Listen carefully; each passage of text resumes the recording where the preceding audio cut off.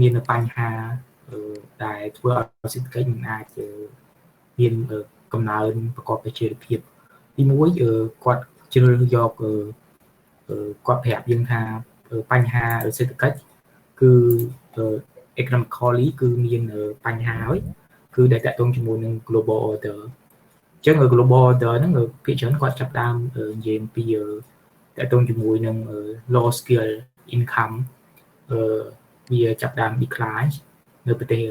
អភិវឌ្ឍន៍អញ្ចឹងបញ្ហាគឺមកពីប្រទេសអភិវឌ្ឍន៍មួយចំនួននៅពេលដែលសេដ្ឋកិច្ច more advanced ទៅគាត់ឈប់ផលិតជា manufacturing អញ្ចឹងនៅពេលដែលគាត់ឈប់ផលិត manufacturing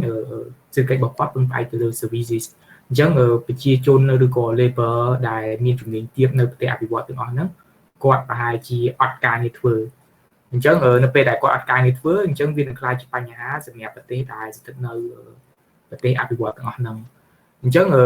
ប្រទេសអញ្ចឹងធ្វើឲ្យប្រទេសមួយចំនួនចាប់ដើមមានអារម្មណ៍ថាប្រទេសអភិវឌ្ឍន៍ចាប់ដើមមានអារម្មណ៍ថាប្រទេសរបស់ខ្លួនឯងហ្នឹងអត់ទទួលបានអត្ថប្រយោជន៍ពី globalization ហ្នឹងទេអញ្ចឹងគាត់បង្កើតជា trade war protectionism ដែលពីច្រើននៅបែរជាគាត់ផ្ដោតសំខាន់ទៅលើ United States អញ្ចឹងនៅ United States នៅពេលដែលប្រជាជនគាត់ more consumption ប្រជាជនអាមេរិកចាយច្រើនប៉ុន្តែផលិតកម្មនៅ United States ត្រូវកាត់បន្ថយដោយសារតែទំនិញនាំចូលពីប្រទេសចិនគាត់ cheaper than produced at the United States អញ្ចឹងជាទូទៅវាធ្វើឲ្យ the United States feel គាត់ថា feel the cheap គាត់អញ្ចឹងគាត់បង្កើតជា trade war protectionism អញ្ចឹងកត្តាទាំងអស់ហ្នឹងហើយដែលវាធ្វើឲ្យ economically នៅក្នុងពិភពលោកហ្នឹងគឺក្នុងពិភពលោកហ្នឹងត្រូវមានបញ្ហាបាត់ហើយនៅពេលដែលមាន Sino US trade war ហើយ protectionism នៅតាមតំបន់មួយហើយតាក់ទងជាមួយនឹង global order នេះគឺតាក់ទងជាមួយនឹងការ change ពី hegemony the US is the hegemony country in the world ប៉ុន្តែឥឡូវ the rise of China will push the United States អញ្ចឹងពេលហ្នឹងវាតាក់ទងជាមួយនឹង politics គាត់ក៏បញ្ជាក់ដែរថា economic នៅ slide មុនក៏គាត់និយាយថា economic វាផ្សារភ្ជាប់នឹង politics នៅក្នុងតំបន់ឬក៏ក្នុងពិភពលោកហ្នឹងដែលបញ្ជាក់ពី global order ទី2គាត់ចាប់ផ្ដើមពិភាក្សាថាបញ្ហាតាក់ទងជាមួយ sociality តាក់ទងជាមួយ job loss inequality poverty អញ្ចឹងជាទូទៅប្រហែលជាប្រទេសមួយចំនួនដូចជា the United States ហ្នឹងគាត់ដូចខ្ញុំបញ្ជាក់យ៉ាងថាគាត់ move ពី manufacturing មក service sector អ្នកដែលធ្វើការនៅក្នុង manufacturing មួយចំនួនគាត់អត់ការងារធ្វើដោយសារតែគាត់មានជំនាញអញ្ចឹងគាត់ត្រូវតែក្រអញ្ចឹងពេលដែលគាត់ក្រហើយអ្នកមានមួយចំនួននៅ the United States ដែលមាន val ច្រើនអញ្ចឹងគាត់ cover ឧទាហរណ៍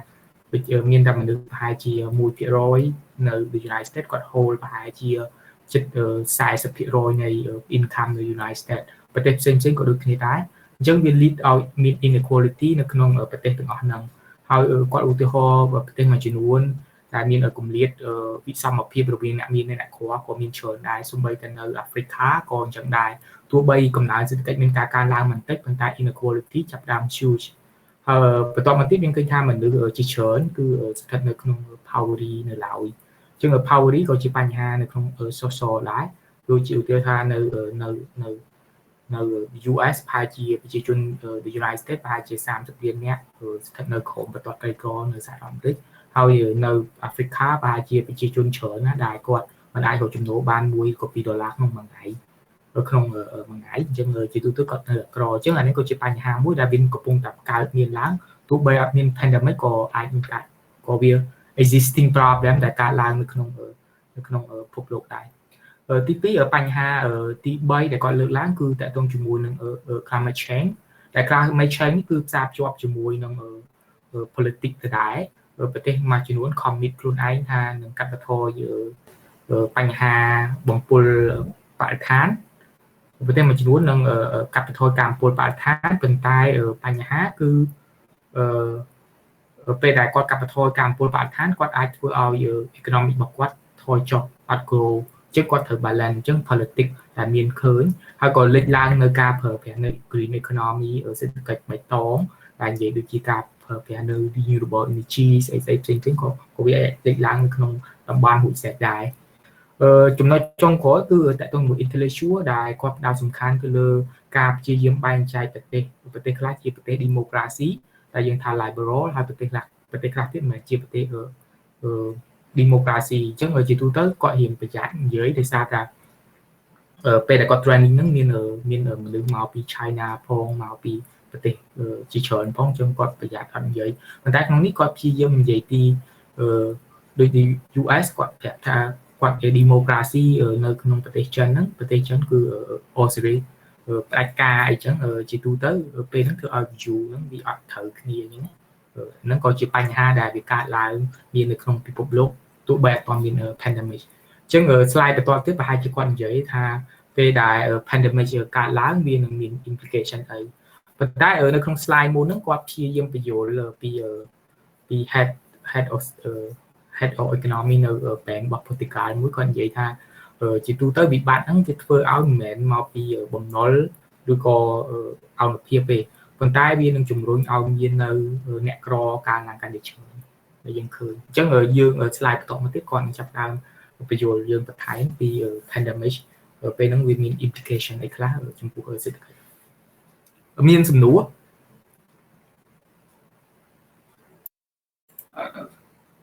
or points of fragility. Do we have the answers to them? No, we don't. But we need to understand the questions first. On the economic side, the key question is who will bear the transition cost to the new economy. I think you heard this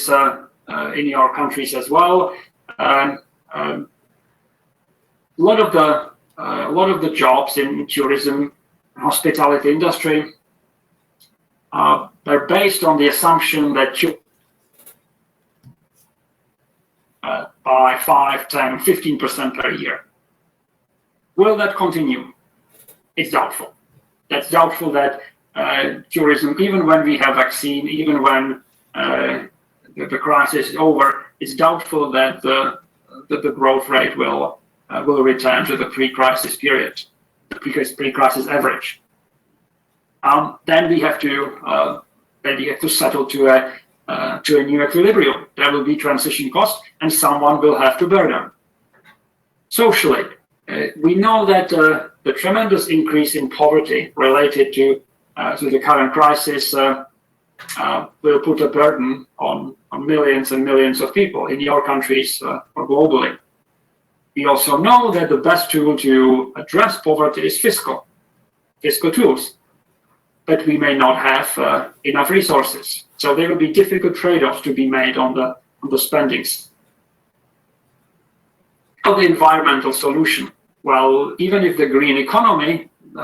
is the right solution, it's also fiscally very costly. To give you one example, when United Kingdom Prime Minister Boris Johnson announced that there will be no sales of petrol engine cars by 2030, a lot of people in industry and in the government said, "Oh, that's wonderful, but it's only 10 years. We have to spend massive amounts of money on infrastructure, on creating electric chargers for all these cars to retool the car plants." So all these tentative solutions. Have a long list of detailed steps that you have to go through. And finally, on the intellectual side,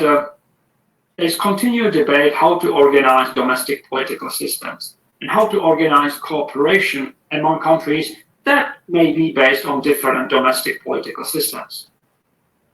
I think it's no secret. We've seen it during the President Trump's administration. The conflict between the US and China. But the conflict between the European Union and China is a kind of mirror image of the US-China discussion. We see conflict on the trade stage, where the World Trade Organization, WTO, is losing its power to arbitrate trade disputes. We see the same problem on debt relief to the poorest countries to agree on a formula that would provide debt relief. We see some countries willing to join, others not. So these are a lot of open questions, and while we will discuss some of the answers, we clearly don't have them all. But what I think comes from those two slides fairly obvious: trade stage, where the World Trade Organization, WTO. អញ្ចឹងនៅក្នុង slide នេះគាត់បង្កើតជា open question មួយដើម្បីពួកយើងធ្វើការ reconsideration ទៅលើសំណួរនៅពេលដែលមាន pandemic កើតឡើងតើវានឹងមានបញ្ហាអីអញ្ចឹងឧទាហរណ៍គាត់លើកឧទាហរណ៍ថាបញ្ហាតាក់ទងមួយសេដ្ឋកិច្ចអញ្ចឹងគាត់ពិនិត្យមើលថាតើប្រទេសរបស់យើងផ្ដោតទៅលើ sector មួយណាឧទាហរណ៍ថាបើសិនបើប្រទេសរបស់យើងផ្ដោតទៅលើ sector តាក់ទងមួយ tourism ពេលដែល COVID-19 វា impact មកវិស័យហ្នឹងវាអាចប៉ះពាល់មិនហើយនៅពេលហ្នឹងវាមានបញ្ហាខ្លះឧទាហរណ៍ថាមួយទៀតតាក់ទងជាមួយនឹងប្រទេសមួយចំនួនដែលគាត់មាន manufacturing base ប៉ុន្តែឥឡូវគាត់កំពុងតែ transit មក service sector អញ្ចឹងតើអ្នកណានឹងទទួលបានអត្ថប្រយោជន៍ពីការ transition ហ្នឹងហើយអ្នកណាអ្នក bearing cost អញ្ចឹងជាទូទៅពួកយើងត្រូវរដ្ឋាភិបាលត្រូវតែ reconsider ទៅលើអាផ្នែកទាំងអស់ហ្នឹងបញ្ហាទី2គឺតាក់ទងជាមួយនឹង sociality ដែលតាក់ទងជាមួយនឹង socially ដែលតាក់ទងជាមួយ poverty អញ្ចឹង poverty គាត់នឹងប្រាប់ថាជាទូទៅពេលដែល poverty កើតឡើងកាន់តែខ្លាំងរដ្ឋាភិបាលត្រូវពិនិត្យមើលទៅលើ physical space កន្លែងនេះស្អីទេដែលថាលំហ physical សារពើពន្ធលំហសារពើពន្ធនឹងសំដៅទៅលើយន្តការដែលរដ្ឋាភិបាលអាចប្រមូលលុយដើម្បីទៅជួយអញ្ចឹងឧទាហរណ៍ថា physical space នៅកម្ពុជាក៏អាចមានច្រើនដែរឧទាហរណ៍ថាបង្កើនពន្ធអញ្ចឹងយើងបង្កើនពន្ធបន្ថែមយើងទទួលបានលុយដើម្បីយកដោះស្រាយ social protection ដើម្បីជួយអ្នកក្រហ្នឹងឬក៏រដ្ឋាភិបាលអាចធ្វើការបោះផ្សាយនៅមូលបត្របំណុលអញ្ចឹងមូលបត្របំណុលហ្នឹងក៏ជា physical space សម្រាប់រដ្ឋាភិបាលមានថាលំហសារពើពន្ធដែលរដ្ឋាភិបាលអាចប្រមូលលុយយកទៅចាយបានអញ្ចឹងប្រសិនបើរដ្ឋាភិបាលគាត់ប្រើtool ទាំងអស់ហើយអញ្ចឹងគេប្រើពាក្យថា exhaustive មានថាបើសិនបើ physical space exhaustive ដោយសារកម្រិតនៃកម្ចីវាខ្ពស់ហើយប្រព័ន្ធវាខ្ពស់ហើយអញ្ចឹងវានឹងក្លាយជាបញ្ហាសម្រាប់រដ្ឋាភិបាលក្នុងការដោះស្រាយតាក់ទងជាមួយនឹង poverty បញ្ហាមួយទៀតគឺតាក់ទងជាមួយនឹង green economy ដែលតាក់ទងជាមួយ environment គាត់លើកឧទាហរណ៍ថាជាទូទៅប្រទេសមួយតែតែគិតទៅថា balance រវាង environment ហើយជាមួយនឹង economic growth អញ្ចឹងក្នុងករណីនេះឧទាហរណ៍ថាគាត់លើកឡើងថា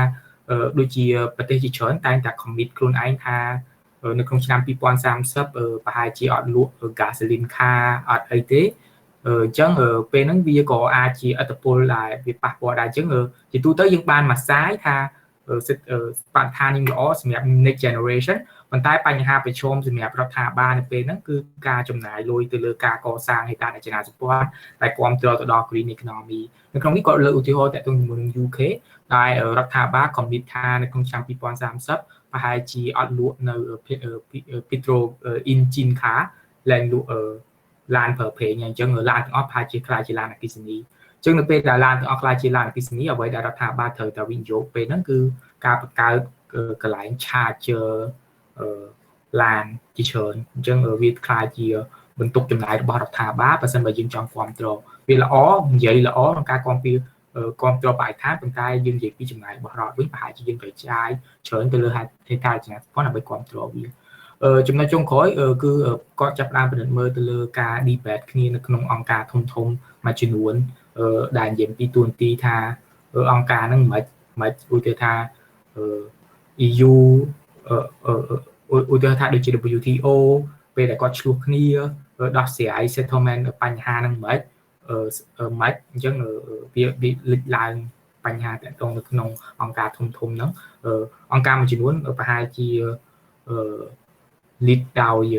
US អង្គការមួយចំនួន lead ដោយ China ដូចជា AAIB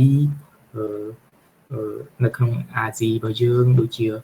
ប្រទេសផ្សេងគាត់មានអញ្ចឹងអាហ្នឹងក៏ជាបញ្ហាមួយដែលវាកើតឡើងសម្រាប់ ពិភពលោកទាំងមូលដែរមានសំណួរ It is losing its power to arbitrate trade disputes. We see the same problem on debt relief to the poorest countries to agree on a formula that would provide debt relief. We see some countries willing to join, others not. So these are a lot of open questions, and while we will discuss some of the answers, we clearly don't have them all. But what I think comes from those two slides fairly obvious is that each of these bullets on the previous slides has fiscal implications. Each of those tentative solutions will require long-term fiscal actions. So let me focus you on 5 bullets, on 5 things that IMF and the world community believes are the crucial steps that are worth supporting in the current environment. Obviously, the number one at the moment during the crisis is avoiding massive unemployment and ensure quality of work. Why is it so important? Well, partly if you stay outside of the labor force, you lose your skills. These are difficult. These are costly to regain them. Let me give you one example. A friend of mine has a company in Prague, and the company is putting gadgets on trucks, various cranes and tools. During the global financial crisis, he lost all, for something like a year and a half, he lost basically all orders. Because no one wanted to buy a truck with a crane. And he had 2 options. Option 1, let the skilled workers go and save money, or keep them on. He decided to keep them on because he knew if he would let them go, they may never come back. And even if they come back, all these various permits, you need permit to be able to do these highly technical things, they will expire, and it would cost him a lot more to renew these permits. So avoiding massive unemployment, all these various labor saving schemes that we put in place in advanced and emerging economies are certainly there's a good justification for those measures. The second point I want to stress: yes, saving workers and saving jobs is important, but it's also important to embrace productivity growth and technological upgrades. It's not to kind of conserve where we are today and hope it will be enough for the future. So yes, there will be technological change. Yes, economies will be different, and yes, people will have to move from jobs that are dying to sectors and jobs that are emerging. How can a macroeconomic policy letting the economy slide way below the potential? What you want is an economy that use the slightly journalistic term, is to keep the macroeconomic policy hot, to keep demand always slightly ahead of the economic capacity. So that's what will ensure there is sufficient demand, and that the productivity growth will see demand pulling it ahead. Well, and that brings me back then to the next point, which is lower the cost of job switching. As we go through this tremendous creative destruction, that's what each and every crisis is: creative destruction. We destroy part of the economy and we're rebuilding it in different sectors, different industries. Cost of job switching. We need to make sure that cling on the old jobs, but are willing to take the risk and jump to the new jobs, to the new sectors. How do we do that? Training, having active labor market, retraining policies, helping people to bridge the time before leaving the current job and moving to a new one. And in some of the advanced and middle-income countries, the discussion is about universal basic income, basically ensuring that there is a floor under everybody, that is guaranteed you will not fall into poverty, into total extreme poverty. And of course, that brings me to the fifth point. We need a tax system that will encourage all that will encourage productivity growth, that will provide incentives for private initiative, that will create incentive for creation of new industries, job switching, hiring, and will keep the economy hot. So it's mostly fiscal. That's what the IMF acronym អញ្ចឹងនៅក្នុងនេះគាត់បញ្ជាក់យើងថាភាគច្រើនផ្នែក physical policy ផ្នែកគោលនយោបាយសារពើពន្ធគាត់ដើរតួសំខាន់យ៉ាងខ្លាំងដើម្បីដោះស្រាយបញ្ហាដែលកើតឡើងជា question នៅ slide មុន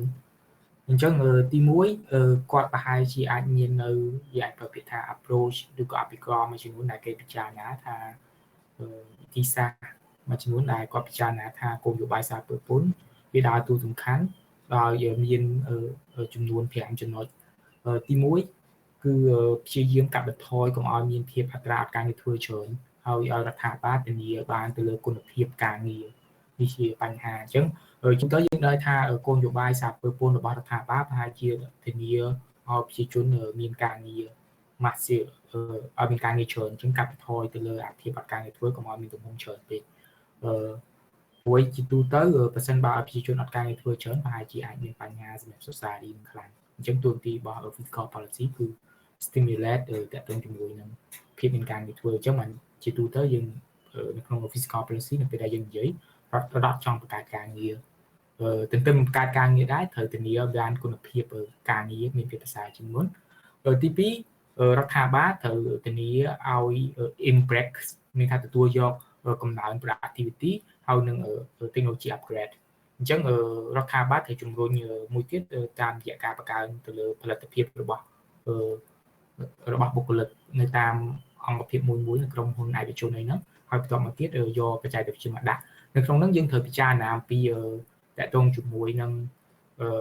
ពេលដែលយើង introduce technology upgrade មាន job ខ្លះ loss job ខ្លះ gain អញ្ចឹងសំណួរសួរថាតើយើង rearrange មនុស្សនៅក្នុង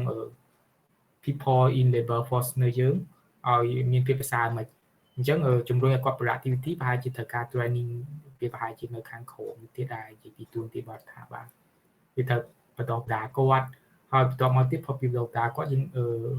introduce technology ទៅគាត់អាចប្រើការងារនឹងកើតអញ្ចឹងយើងត្រូវ balance ពីនឹង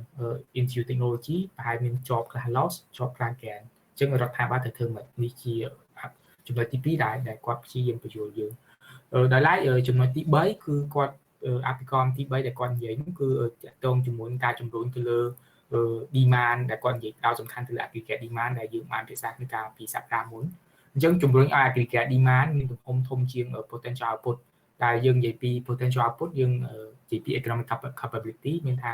ឲ្យ aggregate demand ធំជាងបន្តិច slightly ឲ្យធំជាងបន្តិចទៅ aggregate potential output អញ្ចឹងគាត់ថាឲ្យសេដ្ឋកិច្ច hot មានថា demand ច្រើនជាង aggregate supply long aggregate supply ដែលយើងថា potential output ហ្នឹងអញ្ចឹងវាអាចធ្វើឲ្យភាពមានការងារធ្វើបានកម្រិតអតិបរមាប៉ុន្តែទន្ទឹមនឹងដែរក៏អាចមាន inflation បន្តិចបន្តួចក្នុងសេដ្ឋកិច្ចដែរនេះជាអ្វីដែលគេនិយាយព្យាយាមប្រាប់យើងអញ្ចឹងមានថា run economic policy is hot អញ្ចឹងមានថាឲ្យ aggregate demand របស់យើងហ្នឹងខ្ពស់ជាង aggregate demand ខ្ពស់ជាង potential output យើងនឹងឃើញក្នុងមេរៀនក្រោយឡើងហ្នឹងslightly បន្តិចទេអញ្ចឹងទន្ទឹមហ្នឹងវានឹងមាន inflationary gap វានឹងឲ្យមាន inflation ប៉ុន្តែយើងត្រូវតែធ្វើប្រសិនបើយើងជាស្ថិតនៅក្នុង physical policy side ចំណុចទី4គឺតកតងជាមួយនឹងការកាត់បន្ថយទៅលើចំណាយក្នុងការផ្លាស់ប្ដូរការងារអញ្ចឹងដើម្បីឲ្យថ្លៃដើមចំណាយនៃការកាត់បន្ថយការងារបានតើតារដ្ឋាភិបាល provide training សម្រាប់ worker ទីទួនាទីសំខាន់របស់រដ្ឋាភិបាល provide training តាមរយៈ upskilling ឬក៏ reskilling ឬក៏ lifelong learning ទាំងអស់ហ្នឹងជាយន្តការដែលរដ្ឋាភិបាលត្រូវធ្វើហើយបន្តមកទៀតធ្វើមិនឲ្យទីផ្សារកម្លាំងពលកម្មគោលនយោបាយទីផ្សារកម្លាំងពលកម្មវា more active ហើយទន្ទឹមនឹងដែរធានាឲ្យមាន universal basic income ចំណូលអបបរមាកម្រិតប៉ុណ្ណាប៉ុន្តែនៅកម្ពុជាយើងគឺអត់ស្គាល់មាន universal basic income ទេយើងអត់ទាន់មានយើងគាត់តែមានminimum wage សម្រាប់វិស័យកាត់ដេរហើយវិស័យtextile ហើយស្បែកជើងពីអ្នកភ័ណ្ឌប៉ុន្តែជាទូទៅដើម្បីជំរុញបានតើតាយើងបង្កើត universal basic income មួយដើម្បីថា minimum wage កម្រិតប៉ុណ្ណាអញ្ចឹងពេលហ្នឹងយើងអាចធ្វើឲ្យការប្រជាជននឹងអត់មានការងារធ្វើគាត់ស្ថិតនៅ under poverty ផ្សេងទៀតអញ្ចឹងអានេះគឺជាផ្នែកមួយដែលរដ្ឋាភិបាលត្រូវធ្វើដែរហើយក៏ត្រូវពិនិត្យមើលដែរអញ្ចឹងបើសិនបើយើងមើលពីទី1រហូតដល់ទី4ភាគច្រើនផ្ដោតសំខាន់ទី1ទី2ហើយទី3ភាគច្រើនផ្ដោតសំខាន់ទៅលើ labor market ទីផ្សារកម្លាំងពលកម្មខ្លាំងជាងព្រោះជាទូទៅនៅពេលដែលយើងចង់ shift ពីសេដ្ឋកិច្ចសាក់ជ្រោសេដ្ឋកិច្ចយើងពីមួយទៅមួយគឺយើងត្រូវការ people ហ្នឹងហើយអញ្ចឹងត្រូវផ្ដោតសំខាន់ទៅលើ people អញ្ចឹងអានេះគ្រាន់តែជា direct ដែលយើងឃើញដល់ពេល indirect ប្រហែលជាត្រូវមើលទៅលើ education healthcare ស្អីទៀតអាហ្នឹងជា indirect អានេះគ្រាន់តែ direct ពី market ទាំងអស់នេះយើងឃើញជាគោលនយោបាយដែលរដ្ឋាភិបាលត្រូវផ្ដោតលើចំណុចចុងក្រោយគឺតកតងជាមួយការកំណើតក្នុងលើប្រព័ន្ធពន្ធអញ្ចឹងកំណើតទម្រង់ទៅលើប្រព័ន្ធពន្ធគាត់ផ្ដោតដូចគាត់ថាធ្វើគោលនយោបាយមួយដែលជំរុញឲ្យធ្វើគោលនយោបាយមួយដើម្បីជំរុញឲ្យបង្កើតសហគ្រាសហើយនឹងបង្កើតការងារដែលមាន more productivity ច្រើនជាងមុនទៀតអានេះគាត់និយាយផ្ដោតអញ្ចឹងបើសិនបើយើងប្រើ tax reform របស់យើងអាចជំរុញnew industry new manufacturing ទេអញ្ចឹងអាហ្នឹង tax system របស់យើងក៏អត់ល្អដែរកន្លែងហ្នឹងអញ្ចឹងជាចំណុចមួយដែលគេថាគួរតែកែប្រែទៅលើ tax reform គឺផ្ដោតសំខាន់ទៅលើហ្នឹងព្រោះជួនកាលគោលនយោបាយពន្ធមួយចំនួនដាក់ទៅវាប៉ះពាល់ទៅដល់សហគមន៍ក្នុងស្រុកនឹងឧទាហរណ៍ថាយើងឃើញច្បាប់ស្ដីអំពី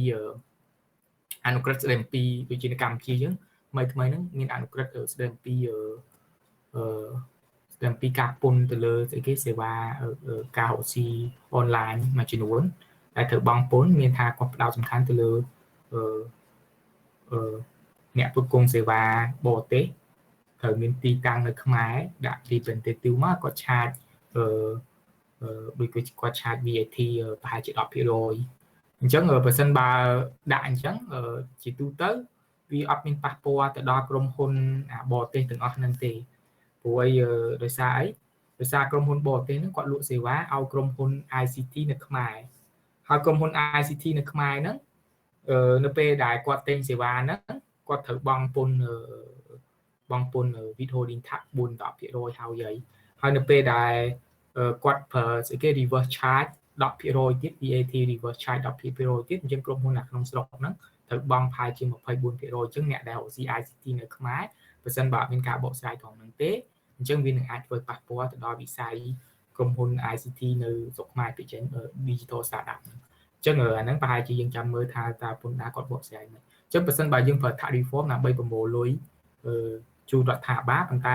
លុយហ្នឹងប្រហែលជាវាអាចប៉ះពាល់ដល់ក្រុមហ៊ុនស្រុកអញ្ចឹងសួរថាតើពួកយើងគួរតែកែទៅទៀតអាហ្នឹងជា question ដែលយើងឧទាហរណ៍ជាក់ស្ដែងតែម្ដងអូខេអានេះគ្រាន់តែគាត់និយាយថាជាទូទៅយើងត្រូវ design ប្រព័ន្ធពន្ធមួយដែលជំរុញឲ្យបង្កើតការងារហើយនឹងបង្កើត new business អូខេមានសំណួរលោកគ្រូ universal basic income ហ្នឹងលោកគ្រូអាចជួយយល់កន្លែងហ្នឹងមកទៀតបានទេជាទូទៅ universal basic income ភាគច្រើនគេគាត់ប្រាប់យើងថាតើការងារទាំងអស់ basic minimum income គួរតែប្រមាណ minimum wage ជាទូទៅគេត្រូវមាន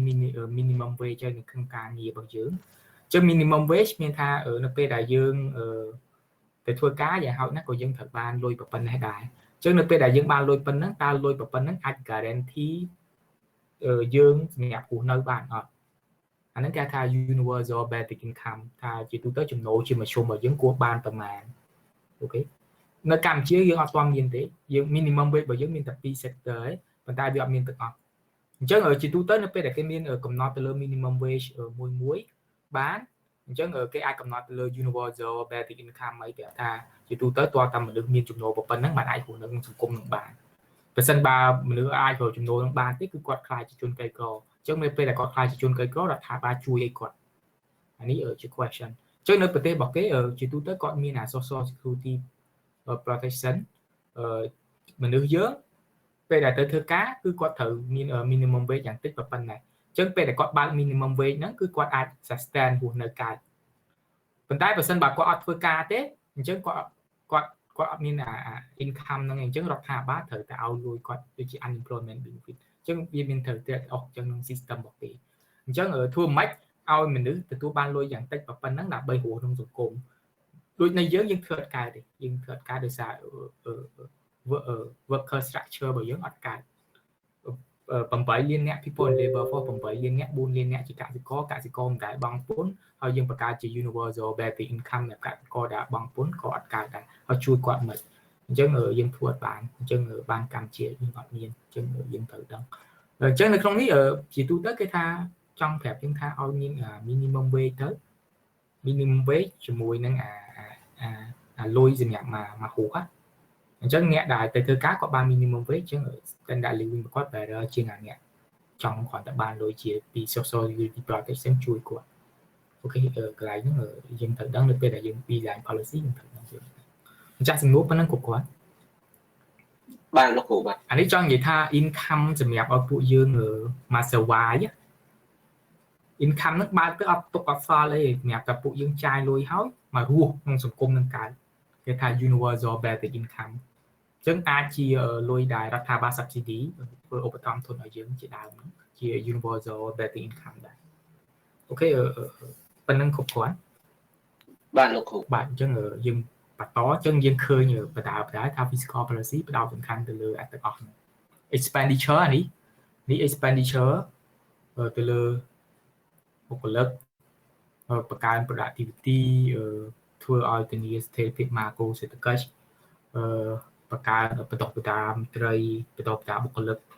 មិនថាអីទេជួនកាលបន្តបន្តា encourage ឲ្យ private sector invest ទៅលើ training upskill reskill នៅប្រទេសគេឲ្យដូចជា tax credit អ្នកឯងយកលុយបន្តបន្តាត្រីរបស់អ្នកឯងអាចកាត់អាចជា deductible expense អញ្ចឹងឧទាហរណ៍$100អញ្ចឹងអាហ្នឹងខ្លាចទៅជាមិនមែនជាចំណាយរបស់ក្រុមហ៊ុនទេប៉ុន្តែយើងអាចយកមក claim នៅក្នុងពន្ធយើងដកពីមូលដ្ឋានគិតពន្ធអីមួយចំនួនប្រទេសគេប៉ុន្តែនៅកម្ពុជាដូចជាអត់មានទេព្រោះយើងពិបាកកំណត់ថាទៅ trend វិស័យណាអីចឹងអាហ្នឹងជាអ្វីដែលរដ្ឋាភិបាលត្រូវធ្វើបន្តមកទៀតអានេះតើតើមួយការពង្រឹងចំណូលអញ្ចឹងការពង្រឹងចំណូលគឺ reform ទៅលើ tax system អញ្ចឹងគេប្រើពាក្យថា reform on tax system ដូចខ្ញុំនិយាយអញ្ចឹងថាខ្ញុំធ្លាប់និយាយថាការពង្រឹងពន្ធដារមិនមែនសំដៅទៅលើការពង្រឹងការប្រមូលពន្ធឲ្យបានលុយច្រើនទេគឺពង្រឹងឲ្យប្រព័ន្ធប្រមូលពន្ធមានភាពរឹងមាំអញ្ចឹងប្រព័ន្ធប្រមូលពន្ធដែលមានភាពរឹងមាំប្រហែលជាអាចជំរុញឲ្យទីមួយមនុស្សអាចដោះដូរការងារពីការងារដែល less productive ទៅ productive អញ្ចឹងអាហ្នឹងយើងពិនិត្យមើលទៅលើពន្ធប្រាក់ខែពន្ធ personal income tax អីមួយចំនួនបន្តមកទៀតអាចត្រូវ encourage private sector នៅក្នុងវិស័យខ្លះដើម្បីឲ្យជួលអញ្ចឹង encourage ទៅលើ sector ណាខ្លះដែលរដ្ឋាភិបាលត្រូវដឹងព្រោះជាទូទៅនៅពេលដែល economic transition ពីផ្នែកមួយទៅផ្នែកមួយអញ្ចឹងវា change demand for job អញ្ចឹងយើងត្រូវ encourage វាមិនអញ្ចឹងអាហ្នឹងរដ្ឋាភិបាលត្រូវធ្វើដែរដើម្បីប្រមូលពន្ធមិនមែនថាប្រមូលពន្ធល្អប្រមូលពន្ធច្រើនល្អឲ្យចំការប្រមូលពន្ធមួយចំនួនដាក់ទៅវាអត់ discourage investment អញ្ចឹង discourage employment មួយចំនួនអញ្ចឹងជាទូទៅរដ្ឋាភិបាលត្រូវដឹងចំណុចហ្នឹងអូខេប៉ុណ្ណឹងគ្រប់គ្រាន់ឬក៏មានសំណួរផ្សេងទៀត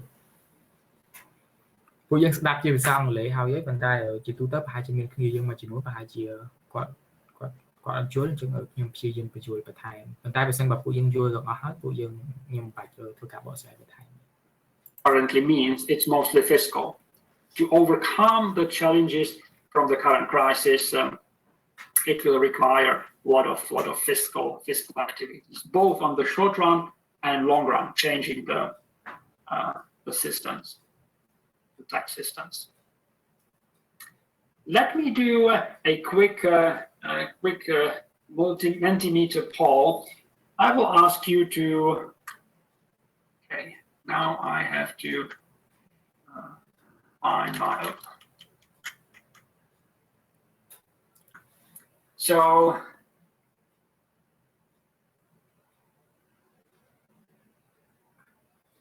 I will ask you to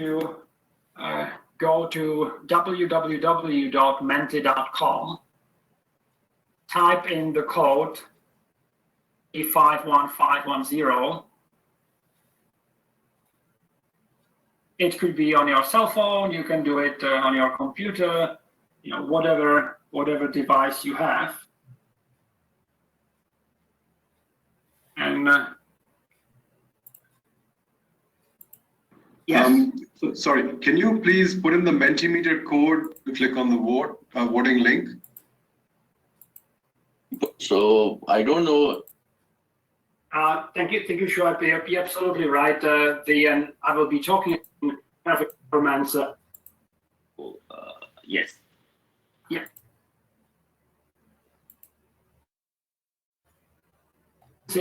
But thinking about the trust of the action. Anyway, we have 20 answers, and it's kind of interesting. ជាទូទៅនៅក្នុងផ្នែកនេះគឺគាត់គ្រាន់តែធ្វើ survey Mentimeter pool ជាទូទៅគ្រាន់តែជា website មួយដែលយើងមាន coding ហើយបន្តមកទៀត participant នៅក្នុងហ្នឹងចាប់តាម vote ថាបើសិនបើពួកយើងជារដ្ឋាភិបាលបើសិនបើយើងជាអ្នកធ្វើជា policy តើពួកយើងគួរតែផ្ដោតសំខាន់ទៅលើអីអញ្ចឹងនៅក្នុងហ្នឹងប្រហែលជាមាន pool គាត់បានបង្ហាញ pooling ឲ្យយើងឃើញទេប៉ុន្តែប្រហែលជាមួយចំនួនហ្នឹងគាត់ផ្ដោតសំខាន់ទៅលើទី1ពិនិត្យមើលទៅលើ support firm support industry ដើម្បី industrial working ដំណើរការអញ្ចឹងនៅពេលដែល industrial ដំណើរការគាត់នឹងចាប់ផ្ដើមតកតងត្រឡប់មកអា massive employment ហ្នឹងអញ្ចឹងគាត់នឹងអាច sustain job បានច្រើនបើសិនបើយើងអត់ជួយ industry នៅពេលដែលមានវិបត្តិហ្នឹងទេ industry គាត់ដួលភាពអាការនេះធ្វើគឺច្រើនអញ្ចឹងជាទូទៅការមាន priority មួយចំនួនគាត់ផ្ដោតសំខាន់ទៅលើការជួយសហគ្រាសអញ្ចឹងចាក់លុយជួយសហគ្រាសជួយមិនខាងហ្នឹងជាប្រទេសមួយចំនួនគាត់ធ្វើហើយបន្ទាប់មកគាត់ពិនិត្យទៅលើ debt sustainability មួយចំនួន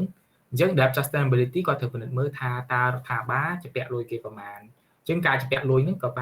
គេត្រូវមាន ratio មួយដើម្បីវិភាគថាបំណុលហ្នឹងគឺ sustain ឬក៏អត់បើសិនបើយើងខ្ចីគេច្រើនពេកវានឹងអាចប៉ះពាល់ទៅដល់ next generation អញ្ចឹងនៅក្នុងករណីនេះត្រូវពិនិត្យមើល debt sustainability ហើយបន្តមកទៀតចាប់ផ្ដើមពិនិត្យមើលទៅលើ livelihood និង poverty មួយចំនួនអញ្ចឹងនេះគ្រាន់ជាគាត់គិតថា perspective យើងគួរតែពិនិត្យមើលទៅលើអាហ្នឹងដោយឡែកចំពោះអ្នកខ្លះវិញគាត់ពិនិត្យមើល debt sustainability សិនមើលបំណុលពន្ធរបស់រដ្ឋាភិបាលចឹងបានគាត់អាចជួយទៅដល់ firm ហើយបន្តមកគាត់ជួយទៅអ្នកក្រីក្រអ្នកខ្លះពិនិត្យរដ្ឋាភិបាលប្រទេសខ្លះគាត់ពិនិត្យមើលទៅលើជួយអ្នកក្រហើយបានមើលទៅលើបំណុលហើយបន្តមកទៀតមើល debt support ទៅ firm ហើយបន្តមកទៀតអានេះ so on ឬក៏អ្នកខ្លះគឺ no idea អញ្ចឹងជាទូទៅអានេះគ្រាន់តែជា pool នេះថាតើពួកយើងវិញបើសិនបើពួកយើងជាអ្នកចូលរួមវិញយើងគួរតែជួយសហគ្រាសមុនឬក៏យើងពិនិត្យមើលលើ debt sustainability យើងមុនអញ្ចឹងឧទាហរណ៍ថាបើសិនបើខ្ញុំវិញខ្ញុំប្រហែលជារើសអាទី2នេះដោយសារអីជាទូទៅរដ្ឋាភិបាលត្រូវពិនិត្យមើលថាខ្លួនឯងជាពាក់គេប្រមាណតើពេលដែលយើងត្រូវការលុយខ្ចីបន្ថែមឬក៏យើងចាយច្រើនទៅវាអាចមានបំណុលហើយបំណុលរបស់យើងមាន debt sustainability ឬក៏អត់អញ្ចឹងនៅពេលដែលខ្ញុំកញ្ញាវាបានហើយខ្ញុំចាប់ដើមនិយាយថាខ្ញុំគួរតែជួយក្រុមហ៊ុនព្រោះជាទូទៅនៅពេលដែលខ្ញុំជួយសហគ្រាសឬក្រុមហ៊ុនសហគ្រាសនឹងអាច maintain job ហើយបន្តមកទៀតខ្ញុំចាប់ដើមជួយអ្នកក្រ livelihood ជីវភាពរស់នៅឬក៏ក្រីក្រជនក្រីក្រមួយចំនួនអញ្ចឹងរដ្ឋាភិបាលយើងក៏ពិនិត្យមើលដែរគាត់ពិនិត្យមើលទៅលើ debt sustainability តាមរយៈឧទាហរណ៍នៅពេលដែលអំឡុងពេល COVID កើតឡើងហ្នឹងគាត់ប្រើគេប្រើពាក្យថា regionalize budget មានថាធ្វើកញ្ចប់ថវិកា rationalize កាត់បន្ថយចំណាយមិនចាំបាច់មួយចំនួនហ្នឹងគឺគាត់ពិនិត្យមើល depth ទៀតបំណុលរបស់គាត់មានប្រមាណហើយគាត់អាចមានលុយប្រមាណដើម្បីយកទៅ support ជាឧទាហរណ៍មានលុយប្រហែលជា$5 billion សម្រាប់ support economic ក្នុងអំឡុងពេលហ្នឹងហើយបន្តមកទៀតគាត់ចាប់ផ្ដើម design policy ក្នុងការជួយសហគ្រាសអញ្ចឹងមានតែការជួយឲ្យខ្ចីប្រមាណ100 200លានឬក៏400លានអញ្ចឹងទៅហើយបន្តមកទៀតគាត់ជួយកាត់បន្ថយទៅលើឲ្យលុយអ្នកក្រអញ្ចឹងយើងឃើញអាហ្នឹងperspective ពីយើងព្រោះជួនកាលបើសិនបើរដ្ឋាភិបាលរបស់យើងអត់មានលុយយើងទៅជួយមិនឬក៏អ្នកខ្លះវិញគាត់ធ្វើអាទី1ដោយសារគាត់ផ្ដោតសំខាន់ថាអូត្រូវទៅមើលអានេះជួយអានេះសិនហើយបំណុលគិតក្រោយអញ្ចឹងអានេះគាត់ជា pool idea pooling idea ពី participant ដើម្បី understand ថាពួកយើងមិនអ្នកខ្លះវិញគាត់និយាយថាគាត់មាន idea បើសិនបើពួកយើងវិញការអ្នកខ្លះយើងថា no idea ពួកខ្ញុំអត់ដឹងអត់អីចឹងអូខេMajority of people, 12 plus 4, think that the governments put livelihood and poverty the first option. There are still some countries where you believe the trust was on supporting firms and that sustainability. The government hasn't done enough to support livelihood. So it's something like 3 to 1 between those two objectives. Okay, so that's interesting. Okay, let me go. Thank you for voting, and let me go back to my slides. I can find them. Okay, did you see my slides now? Okay, I hope you do. Yes. Yes, we can see, but maybe you might like to. Yes. Yeah. Mm-hmm. So let me move to the second part. When we set the stage for the crisis, for the pandemics, for the initial shock, for the challenges, if you wish, and let's now talk about the fiscal responses. It will be necessary. I want to leave the discussion country by country to the discussion session of the future sessions. And again, let's cite Vitor Gaspar with another of his useful quotes. Vitor not long ago said, "Governments have to do whatever it takes, but they must make sure to keep the receipts." So yes, spend, but be mindful that if you do not spend wisely, it will be held again. Right? I think that's the crucial message here. So what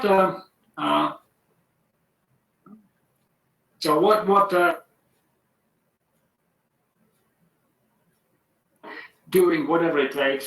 that's an expression that was initially used by the president of the European Central Bank some 10 years ago, Mr. Draghi, when he talked about saving the euro. So now it has been appropriated for fiscal policy, doing whatever it takes. So what does it mean? Monetary policy space for action was limited at the beginning of the crisis. Interest rates in advanced countries were either very near the zero lower bound, literally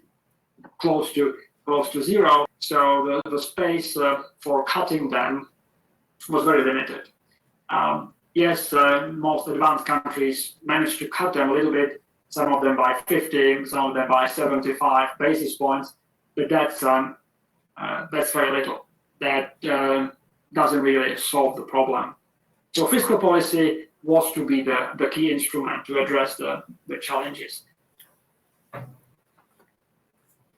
And will stay relegated as a supporting tool. It will be supporting the fiscal objectives. It will not play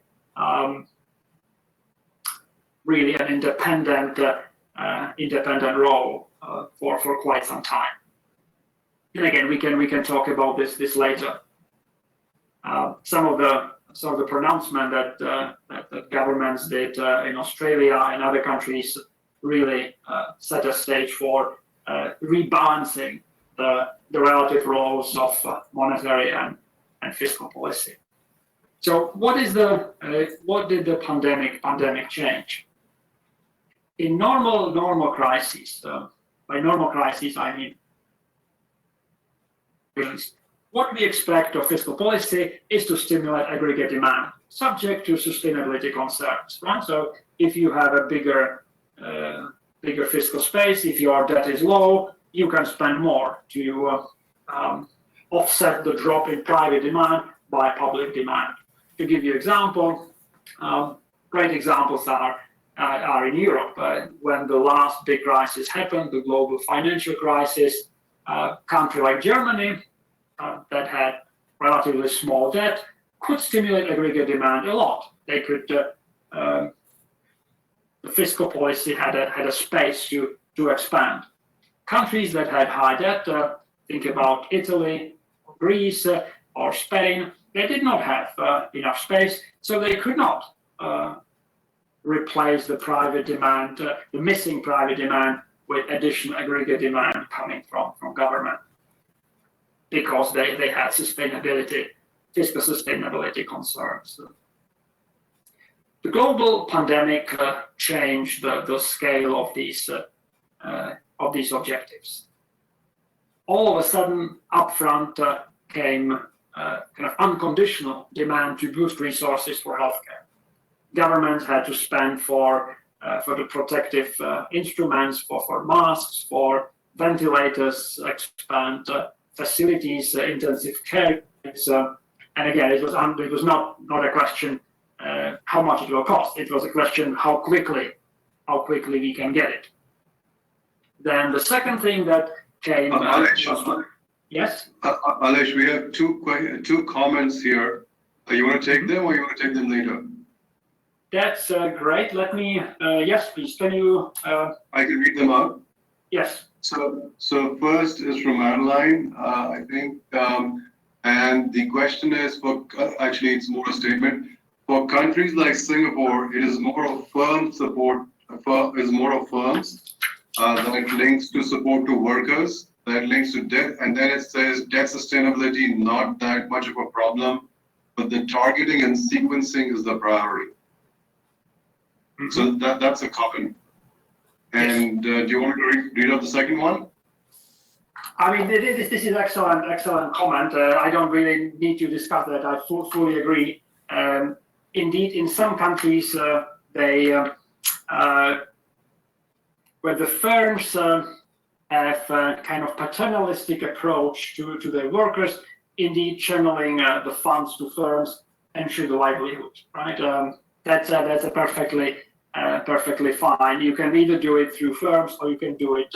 You can do the transfers through governments. Yeah, so that depends on the institutional structure. Mm-hmm. And maybe the second question. The second question is from Schwab. I have the question is: loose monetary and fiscal policy is now building inflationary pressures. Mm-hmm. Yes, great question. So that's something where the devil is in the detail, right? In what I've seen over the past 10, 12, 13 years, is that inflation did not happen, right? So we, during the global financial crisis, when advanced and emerging market countries also managed big fiscal impulse and big monetary loosening, inflation didn't pick up. Actually, inflation in most advanced and emerging market countries during the past 12, 13 years was below the inflation target. Yes, there are exceptions. My country is one of them. Target, but on average, inflation disappointed. Inflation was below the target. So,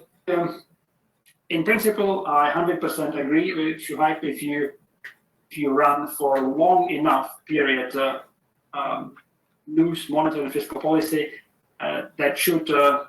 trickle down into inflation expectations. And it's for the central bank to monitor that. So far, we don't really see that happening in advanced countries and most emerging markets. Again, I don't know enough about Pakistan. You may be right that you may see that, but on average, the fear is now that inflation will slip lower. Certainly, we see it in Japan, we see it in Europe, we see it in the US, we see the opposite pressure. And why do we see that? Well, that's because we have negative output gap. Economies are operating below potential. Okay, so that would be my answer. But it's something again that we can leave for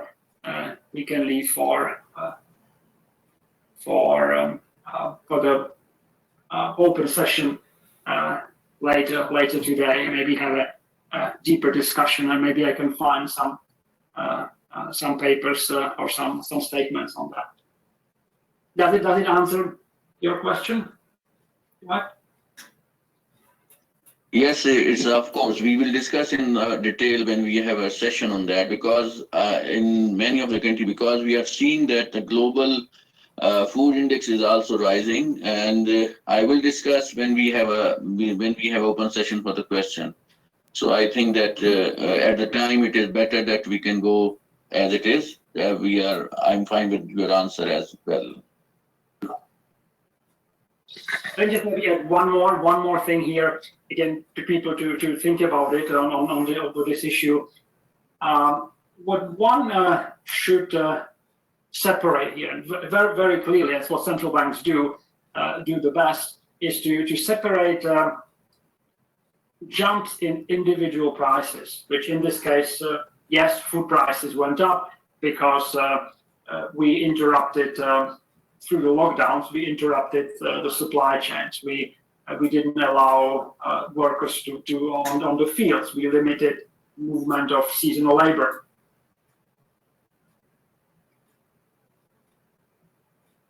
Something what we expect to happen in a year or 2 years' time. I fully agree that in most countries, maybe not most, in many countries, we've seen increase in food prices, but that's a temporary shock that so far has translated into higher inflation expectations. But again, let's leave it for the open session to discuss. So let me go back to my slide. Downturn is or has been clearly boosting the healthcare spending, providing emergency lifeline, and then that sustainability became a kind of second order issue, at least temporarily. So maybe that's maybe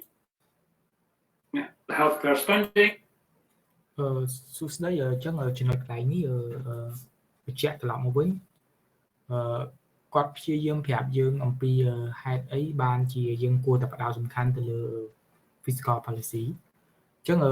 ជាទូទៅដោយសារតា monetary policy គាត់មាន drawback មានគុណវិបត្តិមួយគេហៅថា zero lower bound zero lower bound មានថាជាទូទៅ nominal interest rate មិនអាចនៅក្រោម0បានទេអញ្ចឹងគេថា zero lower bound កម្រិតទាបបំផុតគឺ0 nominal interest rate អញ្ចឹងយើងដឹងហើយថាជាទូទៅនៅក្នុង fiscal policy នៅក្នុង monetary policy របស់យើងដែលយើងធ្លាប់បានសិក្សាដើម្បីជំរុញ aggregate demand បានគឺជាទូទៅយើងប្រើ expansion monetary policy អញ្ចឹង expansion monetary policy តាមរយៈការបង្កើន monetary base ធ្វើឲ្យ money supply increase ពេលដែល money supply increase វាធ្វើឲ្យអត្រាការប្រាក់ថោកអញ្ចឹងនៅពេលដែលអត្រាការប្រាក់ថោកអញ្ចឹងអត្រាការប្រាក់វាមិនអាចនៅទាបជាង0ទេអញ្ចឹងនៅពេលដែលអត្រាការប្រាក់ទាបហើយអញ្ចឹង monetary policy គឺអត់អាចធ្វើអីបានទៀតទេអញ្ចឹងគឺចប់ប៉ុណ្ណឹងយើងអាចនិយាយអញ្ចឹងវាជា drawback នៅក្នុងការអនុវត្តគោលនយោបាយរូបិយវត្ថុអញ្ចឹងអ្នកដែលអាចចូលរួមក្នុងការជំរុញកំណើនសេដ្ឋកិច្ចនៅពេលដែលមានវិបត្តិហ្នឹងគឺមានតែ fiscal policy ដែលជា key instrument មួយដើម្បីជំរុញកំណើនសេដ្ឋកិច្ចបន្តទៀតអញ្ចឹងនៅក្នុងនេះគាត់លើកឡើងថាជាទូទៅ monetary policy អាចជាគោលនយោបាយ support ទៅលើ fiscal policy ត្រឡប់មកវិញហើយបន្តមកទៀតគាត់លើកឧទាហរណ៍មួយចំនួនថាប្រទេសជាច្រើននៅក្នុងអំឡុងពេល financial crisis ហ្នឹងគឺគាត់ប្រើនៅ fiscal policy ដើម្បីជំរុញ aggregate demand ឲ្យមានការកើនឡើងអូខេគាត់ជំរុញ aggregate demand ឲ្យមានការកើនឡើងនេះជាអ្វីដែលគាត់ព្យាយាមប្រាប់យើងទន្ទឹមនឹងដែរគាត់ក៏ប្រាប់ដែរថាជាទូទៅនៅក្នុងបរិបទនៅក្នុង global financial crisis គឺរដ្ឋាភិបាលបង្កើនចំណាយរបស់រដ្ឋជំនួស private consumption ឬក៏ private ចាយវាការចាយវា private យើងអាចជំនួសពី government consumption ទៅអញ្ចឹង government consumption នឹង stimulate economic growth ជំរុញ aggregate demand ផលិតកម្មអីផ្សេងនឹងជាឧទាហរណ៍នៅក្នុង global financial crisis ប៉ុន្តែដល់ឡែកនៅក្នុង pandemic COVID-19 pandemic គឺគាត់និយាយថាការចំណាយរបស់រដ្ឋនោះគឺចំណាយទៅលើប្រមូលធនធានដើម្បីចំណាយទៅលើ healthcare ប្រមូលលុយដើម្បីផ្ដល់ជូនទៅដល់អ្នកក្រីក្រនឹង firm មួយចំនួនហើយបន្ទាប់មកទៀតចំណុចទី2ដែលសំខាន់បំផុតនោះត្រូវពិនិត្យមើលទៅលើ debt sustainability នៅពេលដែលគាត់កំពុងអភិសាគ្នាគាត់មាន two question ពីអ្នកដែលចូលរួមនៅក្នុង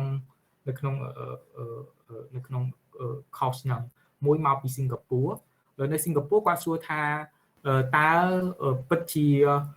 អត់សំខាន់មែនទេប្រទេសរបស់គាត់គឺប្រទេសមួយដែលមាននៅអត់មាននៅ debt ច្រើនទេបំណុលរបស់រដ្ឋគឺកម្រិតទាបអញ្ចឹងរដ្ឋាភិបាលគួរតែរដ្ឋាភិបាលរបស់គាត់ផ្ដោតសំខាន់ទៅលើការជួយ firm ហើយនឹងជួយ people តែប៉ុណ្្នឹងគឺគ្រប់គ្រាន់ហើយអញ្ចឹងគាត់ answer វិញថាវាត្រូវហើយប្រសិនបើប្រទេសមួយចំនួនដែលគាត់អត់មានបំណុលផងអញ្ចឹងរដ្ឋាភិបាលគាត់តែផ្ដោតសំខាន់លើការជួយទៅលើមនុស្សនៅពេលដែលរងគ្រោះហ្នឹងហើយជួយក្រុមហ៊ុនទៅគឺវាគ្រប់គ្រាន់ហើយព្រោះដោយសារតែគេមានប្រាក់អន្សំជាតិខ្ពស់ប៉ុន្តែចំពោះប្រទេសមួយចំនួនដែលអត់មានប្រាក់អន្សំច្រើនទេគឺត្រូវតែពិចារណាទៅលើ debt sustainability ឬក៏ការគ្រប់គ្រងបំណុលហ្នឹងបន្ថែមមកទៀតនេះជាចំណុចមួយដែលគាត់បញ្ជាក់ទៅខាងសិង្ហបុរីហើយមួយទៀតគាត់មានសំណួរមកពីប៉ាគីស្ថានដែលនៅក្នុងប៉ាគីស្ថានគាត់និយាយថាអញ្ចឹងបើសិនបើអ្នកឯងនិយាយមិញថាជាទូទៅទូនទីរបស់រដ្ឋសំខាន់គឺ stimulate aggregate demand នៅពេលដែលមានវិបត្តិអញ្ចឹងនៅពេលដែលយើង stimulate aggregate demand វានឹងធ្វើឲ្យមាន inflation គាត់ឆ្លើយមកវិញគាត់ថាចាំយើងពិភាក្សាជា open question ប៉ុន្តែតាម experience នៅក្នុង global financial crisis ក្នុងឆ្នាំ2008គាត់និយាយថាប្រទេសកំពុងអភិវឌ្ឍមួយចំនួនពេលដែលគាត់មាននៅ physical spaces មានថាគាត់អាចបង្កើនចំណាយដើម្បីចាយបានដើម្បីជំរុញកំណើនសេដ្ឋកិច្ចគឺគាត់អត់បានដាក់បន្ទុកទៅ inflation នៅកម្រិតទាបទៅដែរនេះជាគាត់និយាយអញ្ចឹងគាត់និយាយថារដ្ឋាភិបាលចាយលុយទៅជំរុញ aggregate demand inflation នឹងអត់កើនឡើងខ្ពស់ទេជា experience នៅប្រទេសដែលអភិវឌ្ឍហើយប្រទេស emerge market ដោយឡែកប្រទេសកំពុងអភិវឌ្ឍប្រហែលជាអាចនឹងធ្វើឲ្យមាន inflation ខ្ពស់ដោយសារតែប្រទេសទាំងអស់ហ្នឹងមាននៅ recessionary gap មានថាគាត់ផលិតគឺស្ថិតនៅកម្រិតទាបជាង potential output អញ្ចឹងនៅពេលដែលគាត់ជំរុញកំណើនសេដ្ឋកិច្ចទៅនៅពេលហ្នឹងវាក៏មាន inflation come up ដែរគាត់និយាយអញ្ចឹងប៉ុន្តែសំណួរសួរថាតើពិតជាវាមិនជំរុញឲ្យមាន inflation ឬក៏អត់គាត់ក៏ហ៊ាននិយាយដែរគាត់ការ experience នៅប្រទេសអភិវឌ្ឍមួយចំនួនក្នុងអំឡុងពេល global financial crisis នៅពេលដែលរដ្ឋាភិបាលចាយលុយវាអត់ធ្វើឲ្យមាន inflation កើតឡើងទេទាំងប្រទេសអភិវឌ្ឍនិងប្រទេស emerge market អញ្ចឹងនេះជាយោបល់របស់គាត់ហើយបន្តមកទៀតគាត់បញ្ជាក់បន្ថែមទៀតគាត់លើកជាចំណុចមួយដែលយើងត្រូវពិចារណាគាត់ថាចំពោះនៅពេលដែល pandemic គឺសំខាន់ទៅលើ food price នៅក្នុង pandemic នេះគឺ food price នឹង increase អញ្ចឹង food price increase ដោយសារតែ factor មួយចំនួនគឺយើង lock down អញ្ចឹងនៅពេលដែលយើង lock down ក្នុងរយៈពេលខ្លី temporary ហ្នឹង food price នឹងប្រហែលជា increase ហើយដោយសារតែពួកយើងអត់ឲ្យកម្មករទៅធ្វើការហើយបន្តមកទៀតចង្វាក់ផលិតកម្មហ្នឹងគឺត្រូវបានកាត់ផ្ដាច់អញ្ចឹងក្នុងករណីហ្នឹង food security ឬក៏ food price វាត្រូវតែកើនឡើងហើយអាហ្នឹងគាត់បញ្ជាក់នៅពេលដែល pandemic អញ្ចឹងចំណុចដែលគាត់និយាយហ្នឹងវាឆ្លើយតបនឹងដូចយើងដែរជាទូទៅនៅពេលដែលយើង lock down នៅប្រទេស ទីក្រុងភ្នំពេញជាទូទៅអា food price វា increase ជាងមុនហើយប៉ុន្តែគាត់បញ្ជាក់ថាវា increase នៅ temporary ប៉ុន្តែចំពោះផលិតផលផ្សេងទៀតគាត់អត់ឃើញថាវានឹងកើនតម្លៃអញ្ចឹងនេះគ្រាន់តែគាត់ highlight ប្រាប់យើងបន្ថែមមកទៀតអញ្ចឹង slide ក្រោយមកទៀតគឺគាត់ចាប់ផ្ដើមធ្វើ pooling មានថាធ្វើ survey ថាប្រសិនបើយើងជារដ្ឋាភិបាលយើងត្រូវធ្វើអីទៀត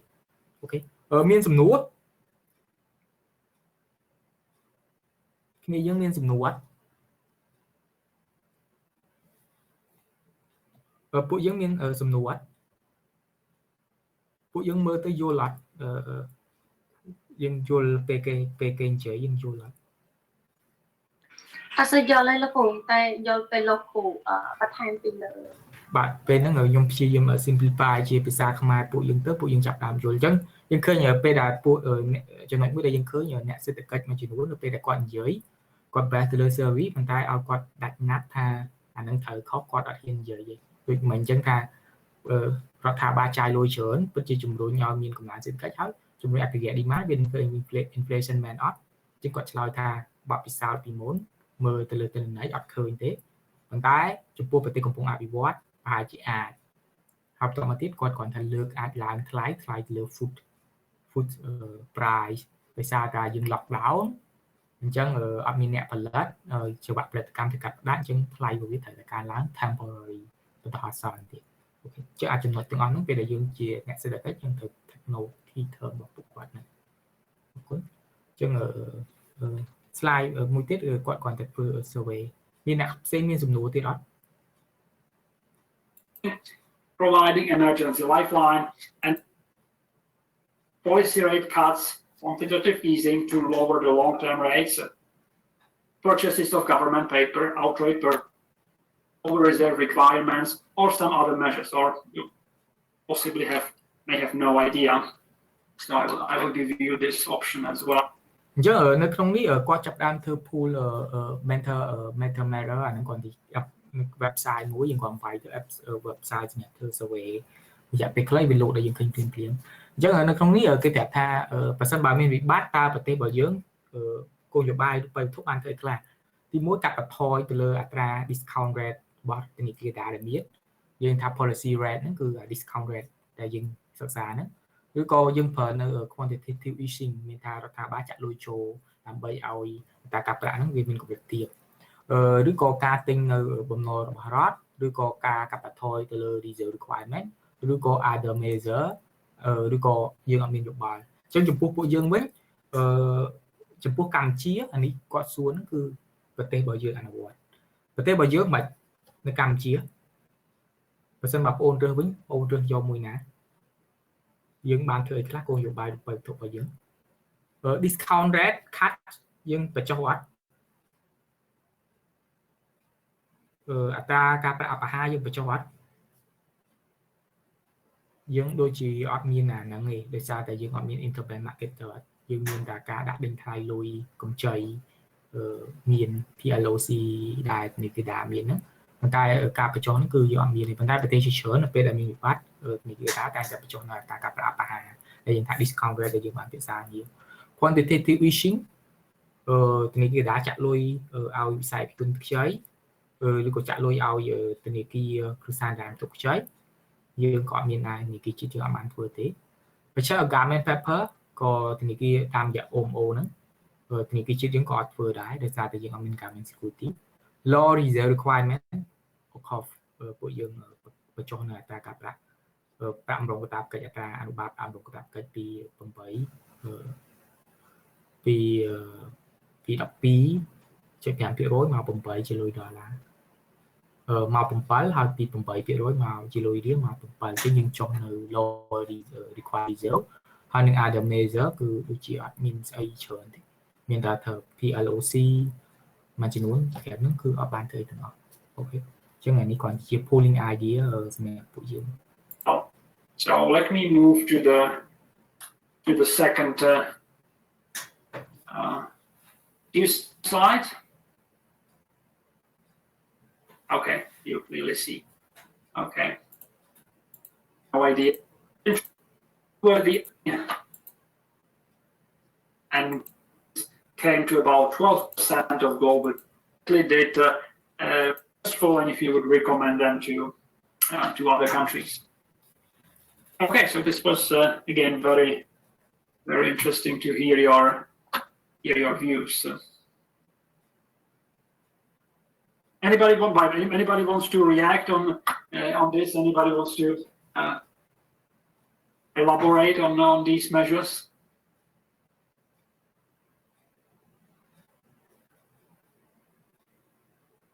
Okay, then let me go back to my presentation. What exactly did the various government agencies do? So again, rather than going through individual countries, I am focusing here on the global numbers. That's what the IMF said is best. We talk to individual countries and then we aggregate these individual measures. So as of September 2020, just before we started writing the various flagship document, the Fiscal Monitor or the World Economic Outlook, the sum of the fiscal actions came to about 12% of global GDP. Just, I don't know, mind-bogglingly high number, 12% of global GDP, and in US dollars, that counts to, oops, I didn't want to do that. Oops, I didn't want to do that. Sorry. That counts to close to $12 trillion.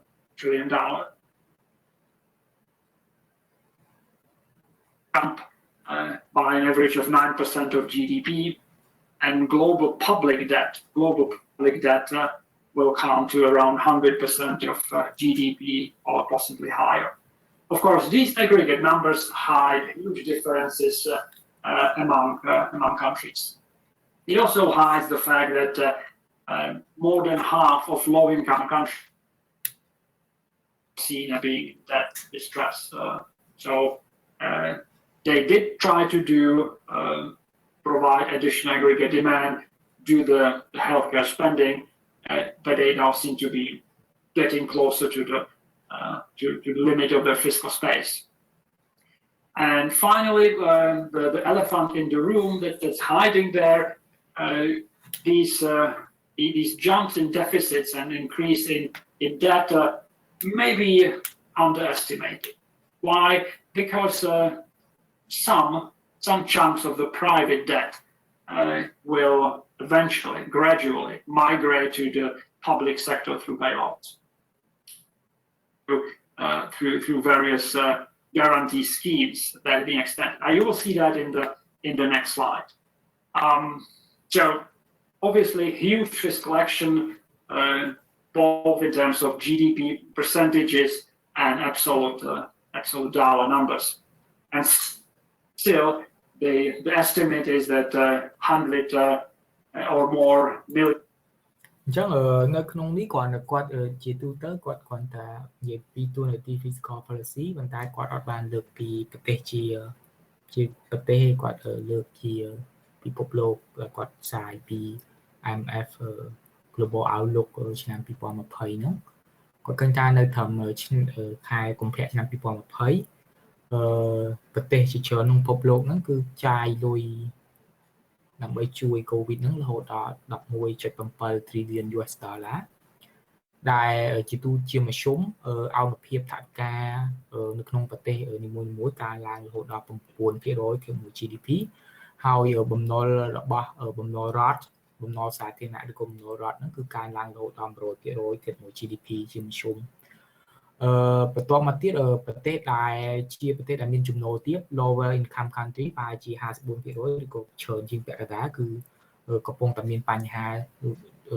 debt distress កំពុងមានបញ្ហាទាក់ទងជាមួយនឹងបំណុលការគ្រប់គ្រងទៅលើបំណុលទន្ទឹមនឹងដែរឃើញថាបំណុលរបស់វិស័យឯកជនមួយចំនួនត្រូវបាន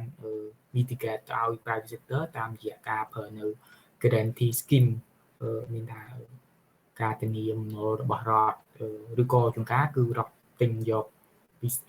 ឯកជនហ្នឹងយើងឃើញហើយមួយទៀតអានេះគាត់ថាគាត់នឹងបញ្យល់នៅ slide បន្តមកទៀតហើយដល់ឡែកចំពោះក្នុងអំឡុងឆ្នាំ2020ហ្នឹងប្រហែលជាមានមនុស្សពី100ទៅ110លាននាក់ ជុំវិញពិភពលោកហ្នឹងប្រហែលជាធ្លាក់ខ្លួនទៅ extremely poverty កម្រិត extreme ណាខ្លាំងមែនតើនេះគាត់ sum up key statistic មួយចំនួននិយាយពីទូនទីបរដ្ឋនៅក្នុងពេលដែលមាន COVID-19 នៅក្នុងឆ្នាំ2020 Billion people will enter extreme poverty this year. I think that's the legacy of this crisis. Despite all these efforts, the crisis will have extinguished years of success on extreme poverty. So let's now talk a little bit about the individual countries. How did it play? And the fiscal monitor. អូខេអញ្ចឹងយើងសម្រាប់ប៉ុណ្្នឹងហើយបន្ទាប់មកម៉ោង 7 កន្លះយើងបន្តទៀតឬក៏យើងបន្តទៅហ្មងយើងសម្រាប់រយៈពេល 5 10 នាទីហើយបន្ទាប់មកយើងតមក slide មួយនេះគឺគាត់ចាប់ដើមពិនិត្យមើលទៅលើប្រទេសមួយមួយចំនួន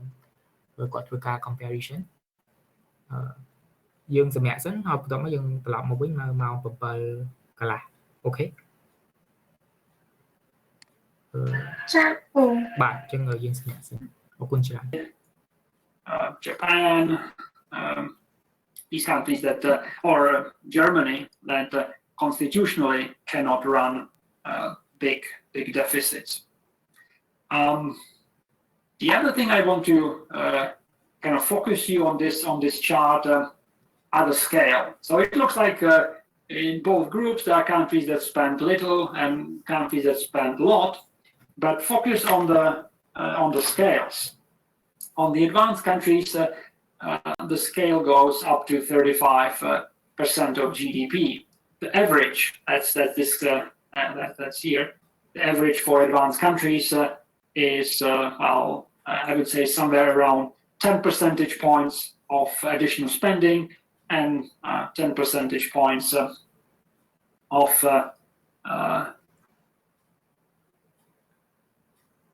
I'm not very good at writing with my mouse, 10 percentage points of equity loans and guarantees. If you look at the other extreme, if you look at low-income countries, the average is much smaller. It's less than 2 percentage points on spending, and even less on guarantees and equity. Average for emerging and middle-income countries,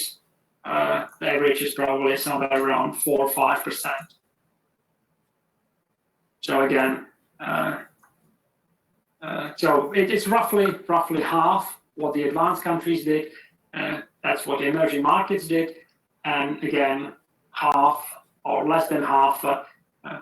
what middle-income countries did. That's what low-income developing countries did. Just quick feedback, Rajan, is the voice better now? The voice is better, but your video is off, right? No, video should be on. So yeah, it's probably frozen, and so there's probably some bandwidth issue. So maybe you carry on without the video because at least the sound is very clear. Okay, good. Let me turn off my video.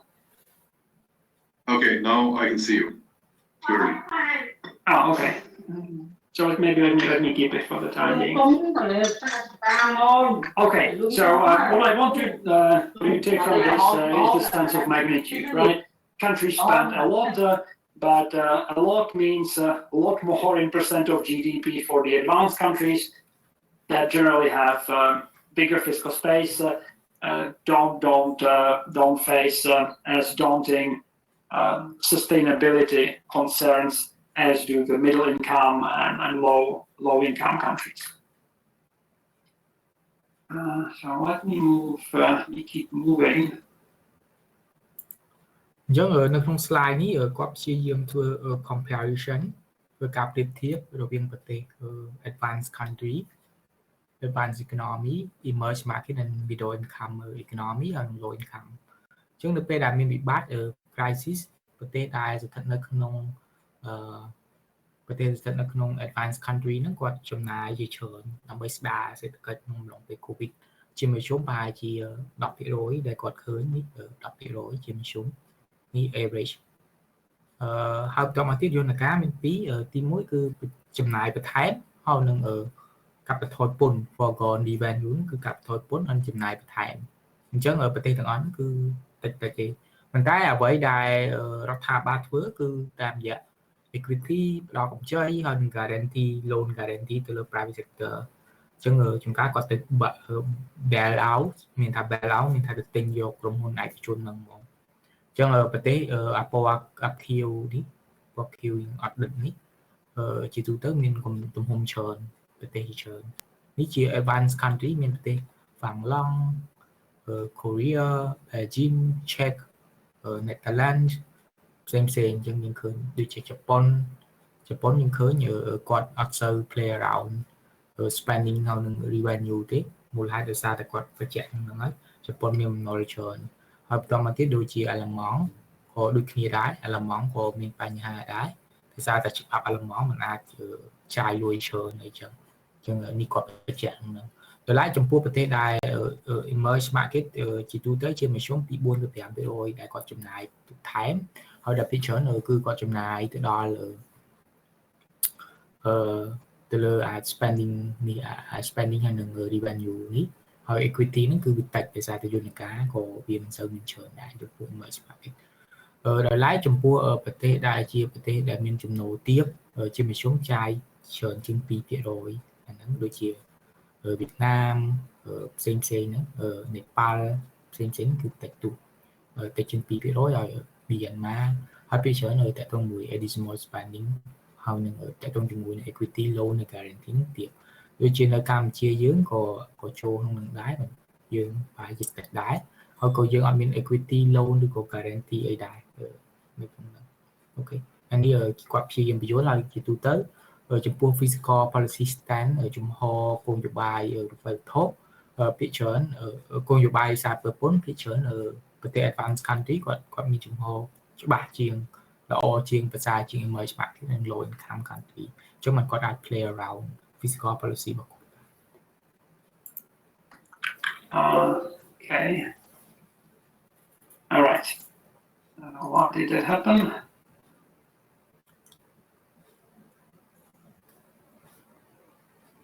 Okay. All right. So, and again, that was a question or comment that Shuhaib made before. The fiscal policy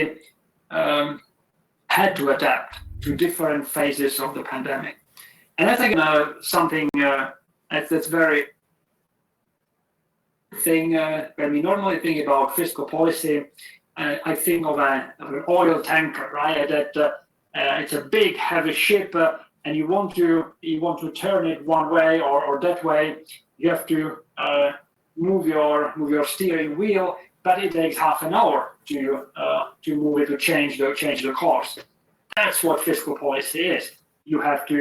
pass changes through parliament, have a new budget. It just procedurally takes a lot of time. That miraculously changed during the pandemics. The processes were faster. They had to be much faster because they had to address the different phases of the pandemics. The first with lockdowns, right? That's a situation when that was March, April, May, and in some countries even beyond that, where we were literally learning what the virus is, how it spreads, how to best limit its spread. Then most countries now enter the phase 2, well, still are some in phase 1, where we partially reopen the economy and we learning kind of how to live in the new environment. Pretty crucial fiscal questions. And finally, the hope is that sorry to interrupt. Yes. I think sometimes you are breaking off, so perhaps you can just stop sharing your video first, your camera. Just stop your camera. I think by stopping camera, the audio quality is better. Just thinking, how do I do that now? You Stop see, video. yeah. You just move your mouse cursor upward. Oh, that's right here, right? Yeah. Okay, stop video. Got it. Then yes. All right. Okay, thank you. Thank you. Thank you, Billy. Thanks very much. Okay. Alice, there's a very important question if you see in the chat. That's the problem. I don't see the chat. No, that's okay. I see it, Alish. I was just keeping it so that you run through some of the questions. But anyway, since we have an interruption, let me read it to you. This question is from Suma, and so the question is that what can be the best ways for the LDCs to recover? Given the challenges for the LDCs. Sorry, can you repeat that? What are the? So what are the best ways for recovery for LDC economies? Because it may take a long time to remedy the challenges that the LDCs face. Mm-hmm. So what are the best ways? Yeah. To recover? So maybe let me run through this. I think that's where we'll be giving the answers, right? I don't want to kind of preempt what I will be talking in the next. That's an excellent question, but let me run through the lecture, and hopefully that will provide some of the answers. So the next of phases, obviously the third phase, when we have a high degree of control, there's better treatment, and hopefully we will start vaccinating. That should take care of most of the issues. So that's our best hope for recovery. But again, I will come to these to the details later on. So what were the priorities during these three phases? In the number one, we had a health crisis, and hopefully that will provide. អញ្ចឹងនៅក្នុងនេះគាត់ចាប់ផ្ដើមធ្វើការ compare ថានៅពេលដែល fiscal policy ក្នុងការ step ទៅលើ step មួយដំណាក់កាលមួយនៅក្នុងនៅពេលដែល COVID-19 spread ឆ្លងខ្លាំងអញ្ចឹងដំណាក់កាលទី1គឺវាផ្ទុះ outbreak អញ្ចឹងពេលដែលផ្ទុះហើយត្រូវតែ lockdown អញ្ចឹងផុតពីដំណាក់កាល lockdown ហើយស្ថានភាពប្រសើរវិញគឺ partially reopen អញ្ចឹងបើកឡើងវិញដោយផ្នែកហើយដំណាក់កាលទី3ត្រូវតែជាទូទៅគឺ control ហើយនឹង vaccinated ហើយនឹង treatment ដំណាក់កាលទី3ហើយជាទូទៅប្រទេសជាច្រើនគឺស្ថិតនៅក្នុងដំណាក់កាលទី2ហ្នឹងឆ្នាំ2020ហើយប្រទេសមួយចំនួនទៀតកំពុងតែនៅក្នុងដំណាក់កាលទី1គឺ outbreak ជាមួយនឹង lockdown អញ្ចឹងអានេះឆ្នាំប្រទេសគេពីមុនដែលឡាយចំពោះកម្ពុជាបងអូនក៏អាចមើលទៅលើចំណុចទាំងអស់ហ្នឹងដែរយើងនៅដំណាក់កាលមួយណាប្រហែលជាយើងនៅ phase 2 ដូចគេហើយដោយសារតាមុនហ្នឹងគឺយើងនៅ outbreak ហើយនឹង lockdown period រយៈពេលប្រហែលជា14ថ្ងៃមុនហ្នឹងគឺយើង lockdown period ហើយឥឡូវយើងឃើញ partially reopening បើកដោយផ្នែកអញ្ចឹងបើកដោយផ្នែកទីក្រុងភ្នំពេញហ្នឹងយើងចេញអាតំបន់លឿងទុំហើយក្រហមអញ្ចឹង partially reopen បន្តមកទៀតយើងអត់ទាន់ដល់ដំណាក់កាលទី3ទេដោយសារតែ vaccinated របស់យើងប្រហែលជាបានតែ1លានអ្នកជាង1លានអ្នកទៀត6-5-10លានអ្នកគឺអត់ទាន់ដូចនៅ Israel ដែលគេឃើញចំនួនអ្នកចាក់វ៉ាក់សាំងច្រើននៅ Bhutan ប្រជាជនតិចក៏ចាក់វ៉ាក់សាំងបានច្រើនផ្សេងអញ្ចឹងយើងក៏នៅបែរជានៅ phase 2 ដែលយើងឃើញបន្តមកទៀតយើងនឹងឃើញទៅលើ policy ដែលនឹងត្រូវអនុវត្តនៅក្នុងដំណាក់កាលទី1ហើយបន្តមកទៀតមានសំណួរមួយពី trainee ពីចិនគាត់និយាយថាតើរដ្ឋាភិបាលគួរតែដោះស្រាយមិនចំពោះប្រទេសដែលជា less developed country less developed country ប្រទេសដែលមានការវិវត្តតិចតួចហ្នឹងដើម្បីចេញពីវិបត្តិហ្នឹងវិបត្តិ COVID អញ្ចឹងបន្តមកគាត់ថាកុំគាត់នឹងបញ្យល់ពីយន្តការនៃស្លាយបន្ទាប់ ok chứ lại ní có tiênចំណាប់អារម្មណ៍យើងដែរយើងឃើញថាជាទូទៅគេក៏កំណត់ដែរថា policy adapting សម្រាប់រដ្ឋាភិបាលគឺដូចគ្នាពេលវា outbreak ខ្លាំងគឺមានតែ lockdown អញ្ចឹងវាធ្វើឲ្យសេដ្ឋកិច្ចវា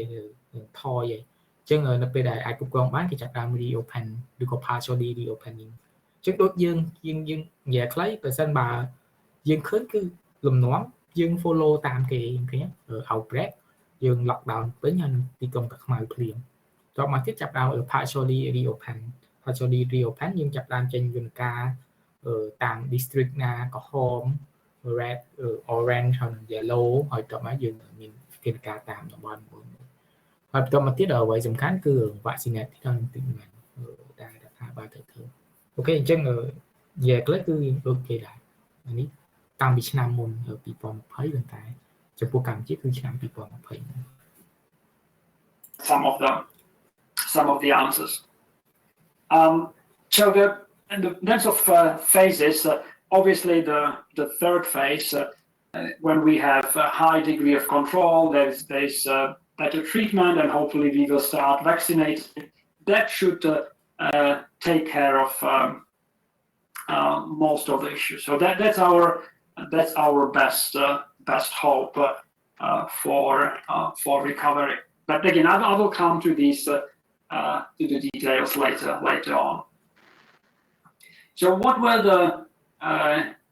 the priorities during these three phases? In the number one, we had a health crisis and we had to save lives. Transfers obviously was the answer, but we should be mindful that these lockdowns and transfers, hopefully delivered in a targeted way, were just a stopgap measure. That was it was simply to prevent people from falling into extreme poverty and prevent hunger and famine. The thing that we have seen in the previous pandemics 100 years ago or 200 years ago, that would not they were not answers to how to recover, right? It was just to preserve livelihoods. The key question, and that goes back to the question that we had just a minute ago: what are the best chances? And clearly, they are concentrated in the second and third phases of the pandemics. The second phase, that's the partial reopening. That's when you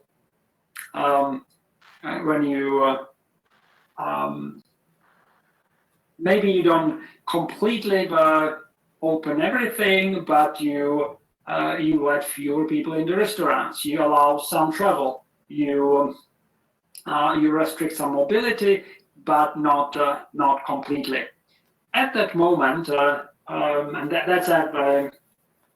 really tricky question. Then you have to take back, to withdraw some of the transfers. Why? Well, because you want to allow capital and labor to adjust to the new environment. If you continue giving these transfers, then people have little or no incentive to. កន្លែងនេះពាក្យថា transfer គឺសំដៅទៅដល់ social security program ដែលរដ្ឋាភិបាលផ្ដល់ជូនគាត់អញ្ចឹងនៅក្នុងនេះគាត់និយាយថាមាន3ដំណាក់កាលតើដំណាក់កាលនីមួយៗរដ្ឋាភិបាលត្រូវធ្វើអីអញ្ចឹងឧទាហរណ៍ថានៅក្នុងដំណាក់កាលពេលដែលវា outbreak ក្នុង lockdown ជាមួយនឹងការ lockdown គឺរដ្ឋាភិបាលចាប់ផ្ដើមពិនិត្យមើលទៅលើ health crisis គឺត្រូវ support ទៅលើការព្យាបាលជំងឺហ្នឹងយើងឃើញដូចនៅកម្ពុជាហ្នឹងគឺត្រូវព្យាបាលជំងឺរាល់ថ្ងៃដឹកអ្នកជំងឺដឹកអីហ្នឹងគឺ health crisis ដែលវាកើតឡើងពេលដែលវា outbreak ដំបូងអញ្ចឹងដូចកម្ពុជាអញ្ចឹងរយៈពេល outbreak រយៈពេលកន្លះខែហ្នឹងអ្នកជំងឺឡើងរហូតដល់ 10000 នាក់អញ្ចឹងវាខ្វះទាំងកន្លែងដាក់អ្នកជំងឺខ្វះទាំងបរិក្ខារខ្វះទាំងអីអាហ្នឹងជា health crisis ដោយសារតែរដ្ឋាភិបាលរបស់យើងមិនអាច respond ទាន់ពេលវេលានៅពេលដែលចំនួនអ្នកកើតច្រើនអូខេអញ្ចឹងឧទាហរណ៍មួយទៀតដែលយើងឃើញដូចជានៅឥណ្ឌាអញ្ចឹងខ្វះ oxygen ដោយសារគេអាហ្នឹង health crisis ដែរដោយសារតែយើងមិនអាច supply បរិក្ខារពេទ្យហ្នឹងទៅ support អ្នកដែលឈឺបានហើយទី2គឺយន្តការទី2ដែលរដ្ឋាភិបាលធ្វើបានគឺជួយមនុស្សជួយជីវិត ជួយជីវិតនៅពេលដែលយើង lockdown គាត់អត់មានសកម្មភាពអត់មានទៅណាអញ្ចឹងជាទូទៅយើងត្រូវតែឲ្យ target transfer ហ្នឹងអាចជាអំណោយដែលរដ្ឋាភិបាលដាក់ចេញទៅអង្គត្រីខកំប៉ុង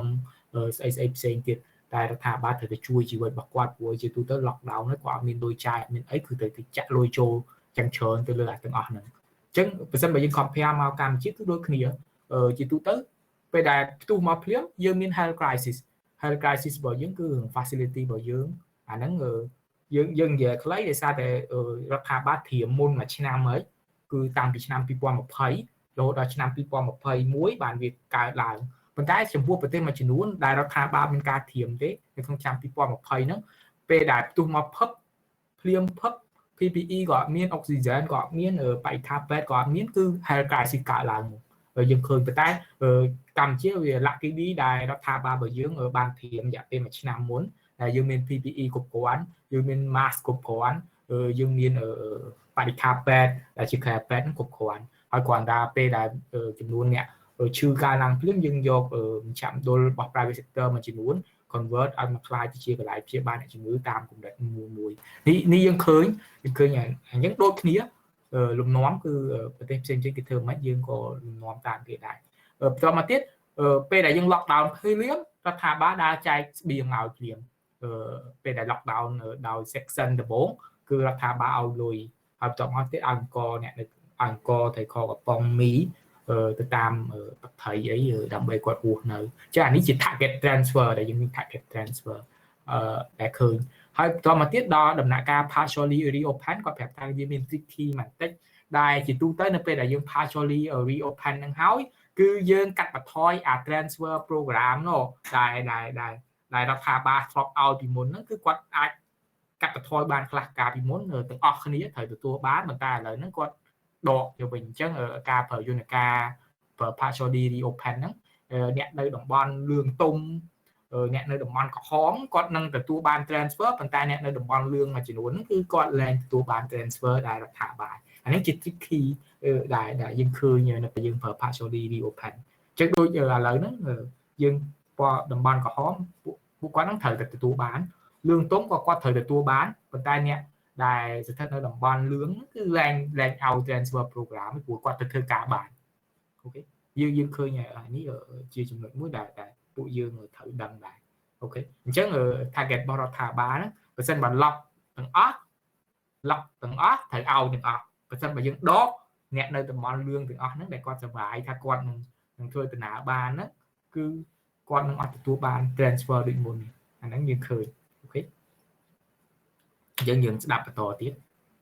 to switch jobs, to move to the new sectors. To give you a specific example, imagine a situation where people, as their choice, they do not want to go to physical shops because they are worried of infection. It's a partial reopening. You can go to stores, but people do not want to go to these stores. You can continue giving transfers to workers, the cashiers in these stores, and they would be happy. They will not really have much to do in the stores because there are no people coming. But people want to shop online. People want to have the goods delivered. But you are supporting jobs that no longer have any meaning. People will not go to physical stores. They want to get their food or goods delivered online. So in the partial reopening, you as a policymaker or advisor to a policymaker, you have to be able to distinguish between temporary and permanent shock. The temporary shock was the lockdown. Permanent shock is a switch to a different type of economy. So you want to take back some of these transfers and let the labor supply adjust. And again, let me give you, it's maybe not a typical example, but United States, right? In the US, they early in the pandemic, they gave very generous transfers to unemployed people. So people who get unemployed, and this was tremendous temporary shock. They had very generous additional unemployment benefit. it turned out that the benefit was higher than the wage for quite a big proportion of workers. So for 4 months, a lot of these people were perfectly happy to be at home, collect this benefit, this transfer that was higher than what they would have earned had they worked in their regular jobs. Obviously, if you keep such a generous scheme on the book permanently, some of these people would be perfectly fine to stay home forever, and they will never move to the new industries, to the new sectors. So that's the tricky part, to be able to distinguish what part of the shock is temporary and what part is permanent. Also, in this second stage, that overhang, the fixed cost, is coming into picture. You start to realize, okay, the biggest danger is hopefully over, and we shouldn't burden the future generations with unsustainable debt. Clearly, we're now getting to the third stage. Countries are starting to roll out plans for vaccination. Mm-hmm. Yes, we are now close to 10:20, so we are about 5 minutes over. Do you want to stop now, or? I think I have until 10:30. No? Okay, I apologize then. I thought it was 10:15, but I could be wrong for the first day. That's fine. Let me check. I think we saved a little bit of time on the introduction. Okay, that's fine then. Carry on. Let me check. Let me check. It may be for the first day. Yes, I have until 10:30. Okay, until cool. 10. Okay. Thanks. Sorry, apologies. No, thank you. Thanks for reminding me. That's a good thing. No, 10 more minutes. Okay. So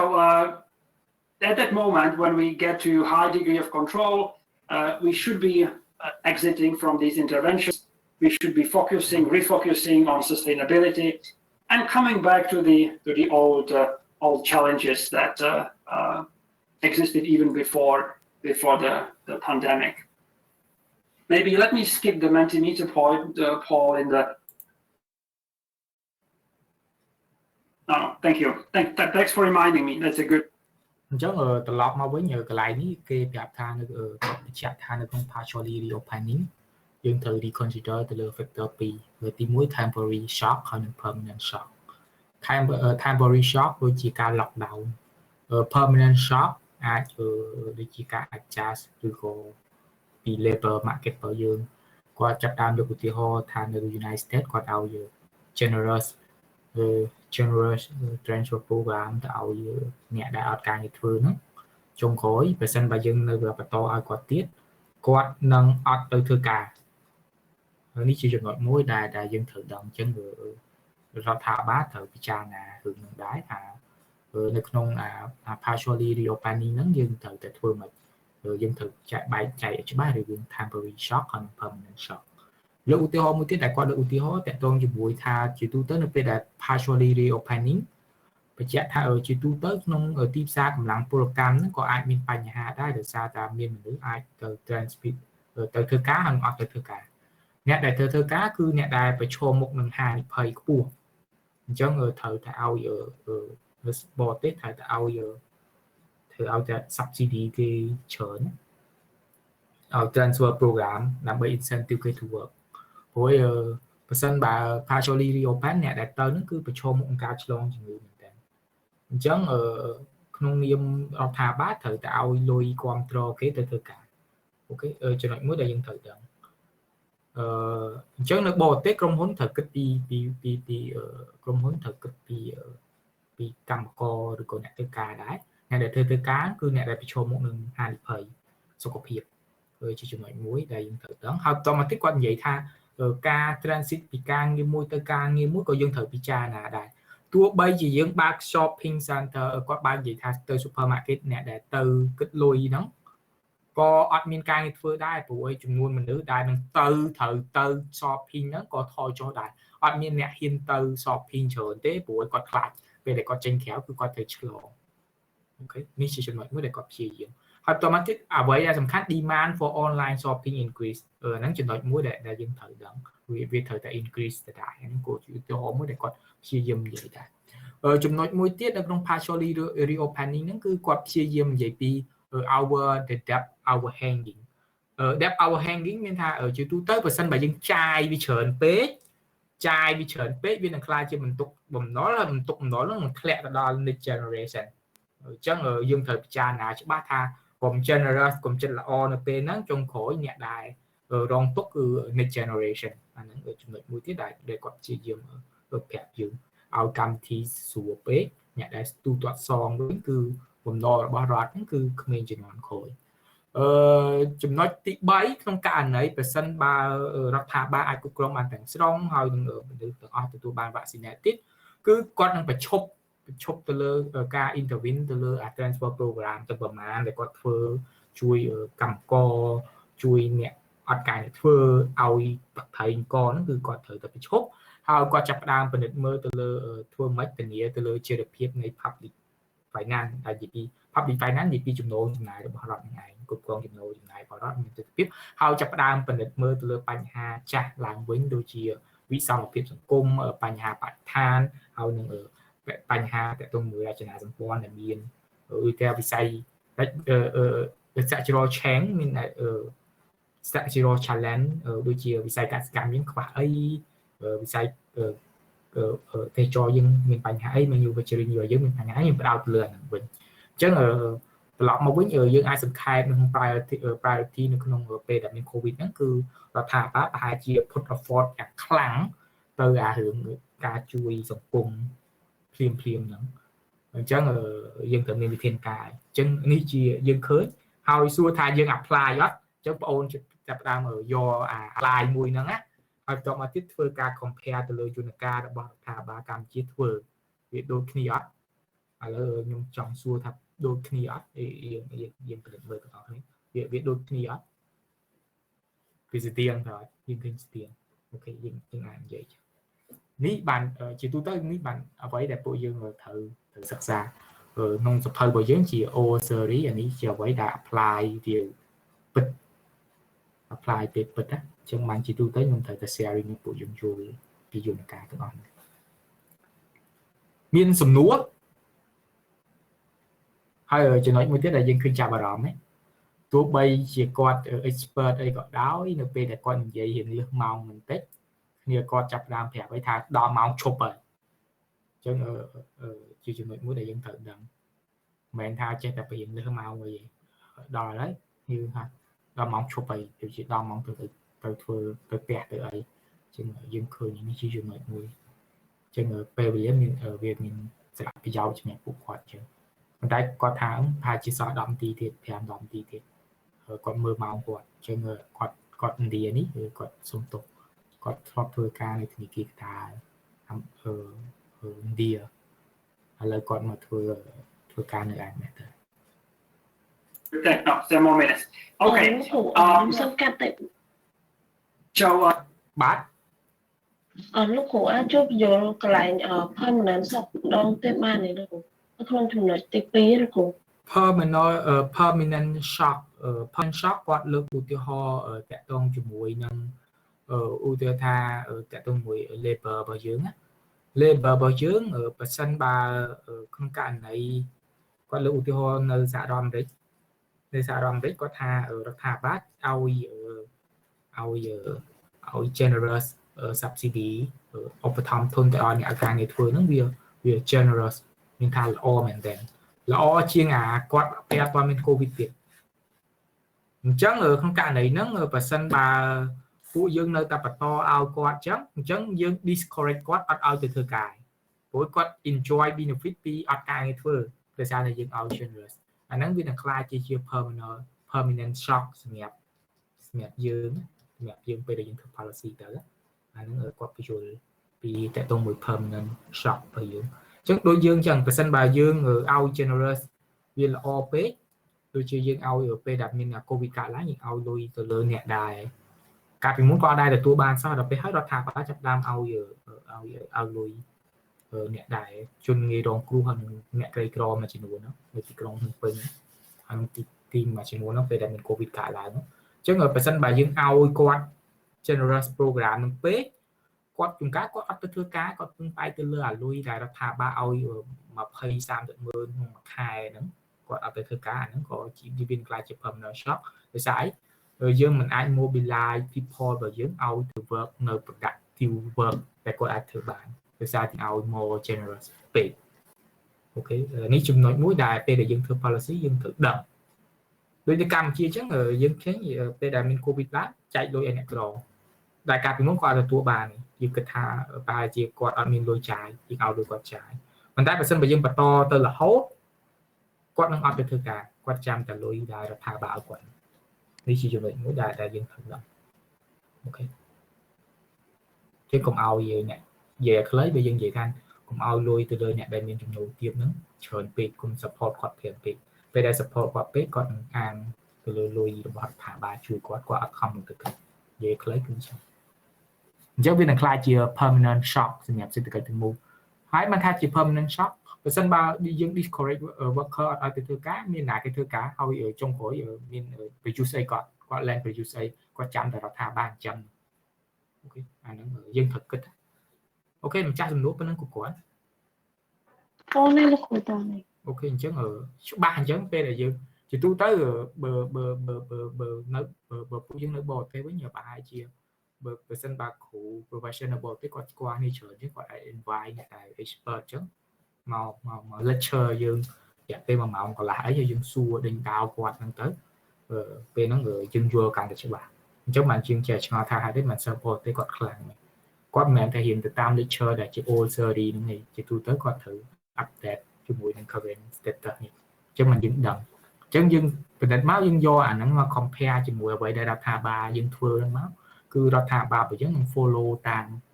អាហ្នឹងយើងឃើញគាត់ follow តាមហើយមាន TT ពេលដែលយើងធ្វើ policy ហ្នឹងអូខេ At that moment, when we get to high degree of control, we should be exiting from these interventions. We should be refocusing on sustainability,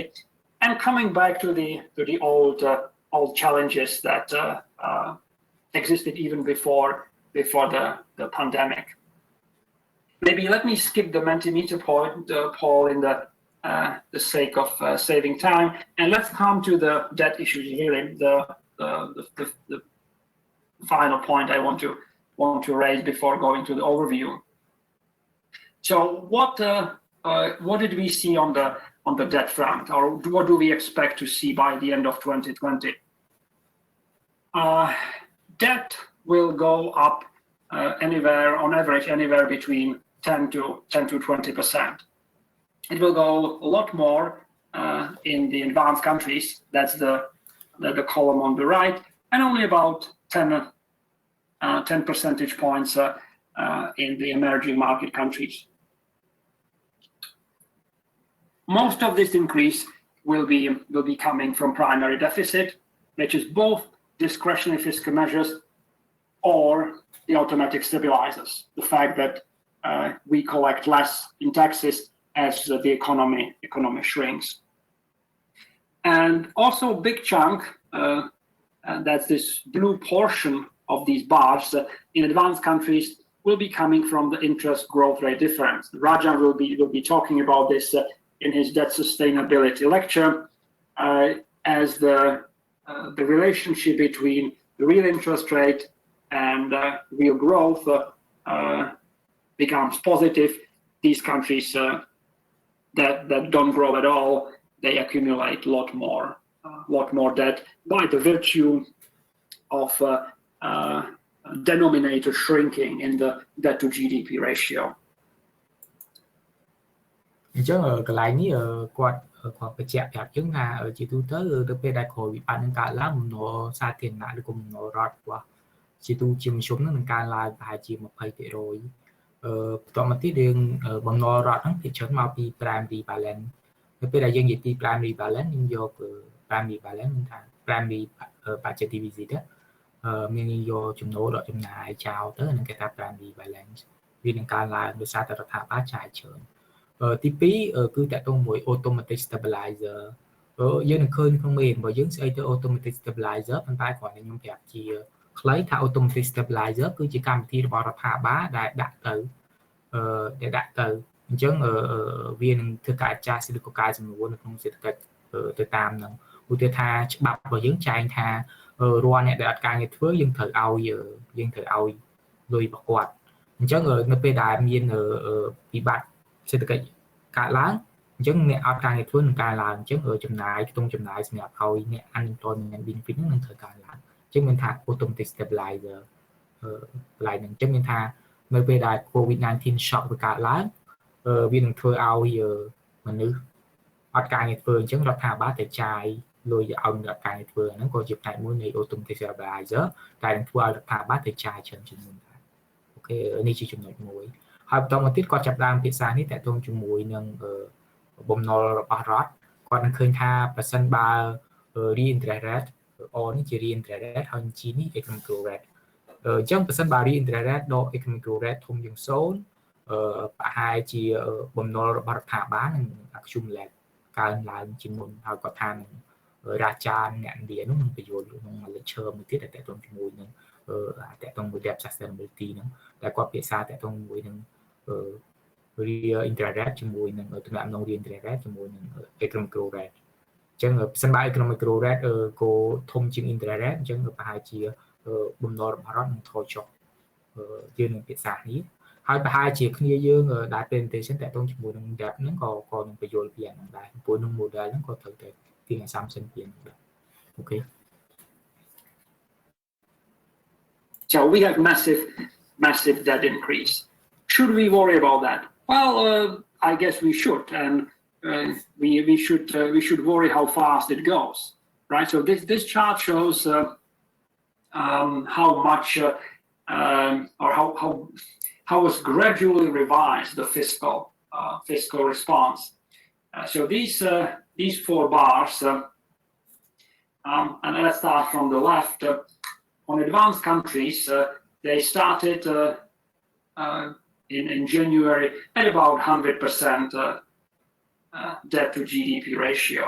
Before the pandemic, that was expected that, and at end 2020, that will probably end up about 105%.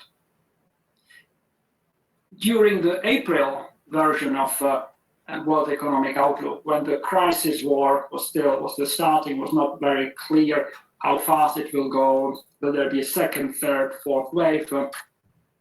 The debt cost jumped to 122%, so almost 18, almost 20%. In June, this was revised to 131%. Then in the latest view in October, it was revised slightly down as we became more optimistic about vaccines and more optimistic about economic growth in 2020.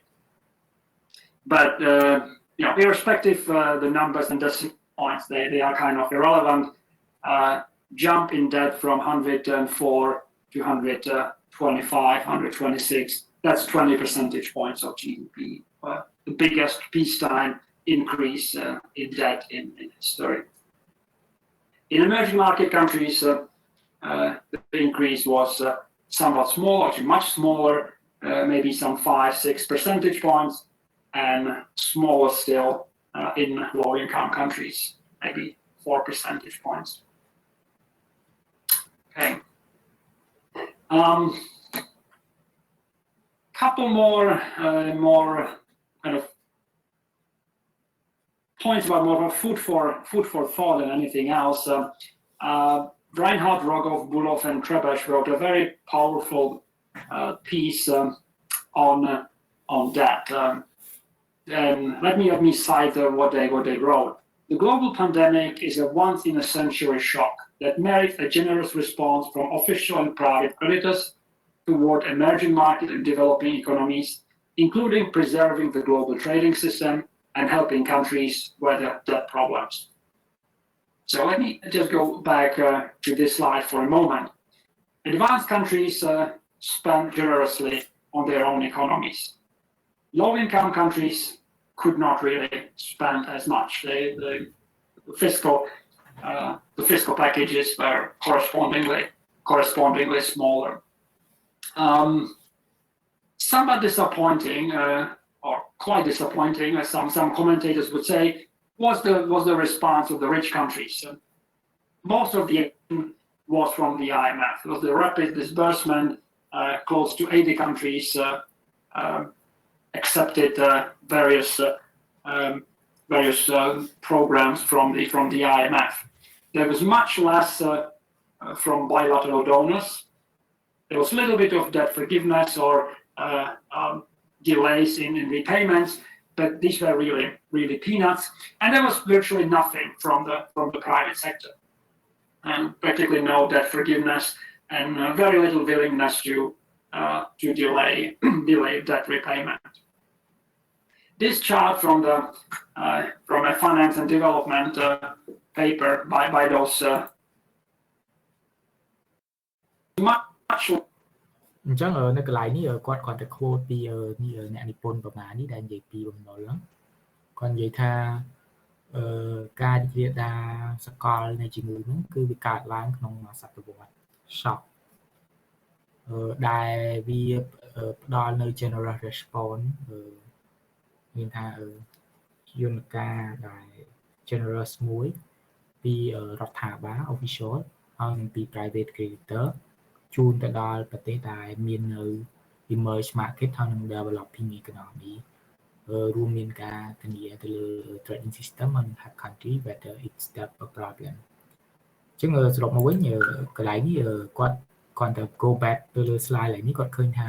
ជាទូទៅនៅពេលដែលមាន COVID-19 ប្រទេសដែលជាប្រទេស advanced country ហ្នឹងគាត់ចំណាយច្រើនមែនទែនទៅលើការស្ដារសេដ្ឋកិច្ចប៉ុន្តែត្រឡប់មកវិញបើសិនបើគាត់មើលទៅលើប្រទេសដែលជា emerging market ប្រទេសដែលលូតលាស់ថ្មីនិងប្រទេសដែលមានចំណូលទាបដូចកម្ពុជាដូចអីហ្នឹងជាទូទៅអត់មានលុយណាទៅចាយច្រើនដូចពួកគាត់ទេអូខេចំណុចមួយដែលគាត់ព្យាយាមប្រាប់យើងចឹងយើងឃើញដូចជានេះក្រោយវិបត្តិមកជាមធ្យមប្រហែលជា 20% នៃ debt កើនឡើងហើយអនុភាពថវិកា physical balance គឺថយចុះ 11 ចុចមានថាអនុភាពថវិកាថយចុះជាមធ្យម 11.4% ប៉ុន្តែបើសិនបើមើលប្រទេស less developed country ដូចកម្ពុជាត្រឹមតែដក2ព្រោះយើងអត់មានលុយចាយហើយយើងក៏ហ៊ានចាយលុយច្រើនដែរព្រោះយើងខ្លាចបំណុលរបស់គាត់អញ្ចឹងត្រឡប់មកគាត់ចាប់ផ្ដើមបញ្យល់យើងថាជាទូទៅបើសិនបើយើងមើលឲ្យមែនតើទៅយើងឃើញថាអ្នកដែលជួយច្រើនទៅដល់ប្រទេសដែល emerging market emerging market and developing country នោះគឺ IMF គាត់ជួយច្រើនហើយបន្តមកទៀតជំនួយដែលពីប្រទេស bilateral ទ្វេភាគីគឺមានតិចតួចហើយវិស័យឯកជនគឺជួយតិចមែនតើ nothing from the private sector ដែលគាត់និយាយថាដូចជាសដាយដីបន្តិចណាហើយគាត់ទៅជួយពជាពេលអនុទានអីផ្សេងៗគឺដូចជាបានជួយអីទាំងអស់អញ្ចឹងនេះជាអ្វីដែលគាត់សង្ខេបត្រឡប់មកវិញ little bit of debt forgiveness or delays in repayments, but these were really peanuts, and there was virtually nothing from the private sector, and practically no debt forgiveness, and very little willingness to delay debt repayment. This chart from a finance and development paper by those three authors, Horn, Reinhardt, and Trebesch, shows put this into one slide. Tremendous outflow, the black line that you see here, tremendous outflow of private capital. So they were flowing in terms of $50 billion before the pandemics, and then they flew out to the tune of 200 per month. So tremendous outflow. And this outflow was only partially matched by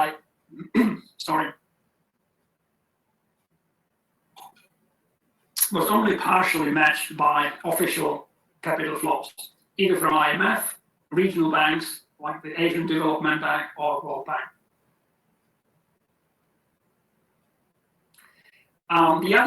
The other thing that we have seen ចឹងនៅក្នុង slide នេះគាត់ចាប់ដើមនិយាយពី capital inflow យើងឃើញ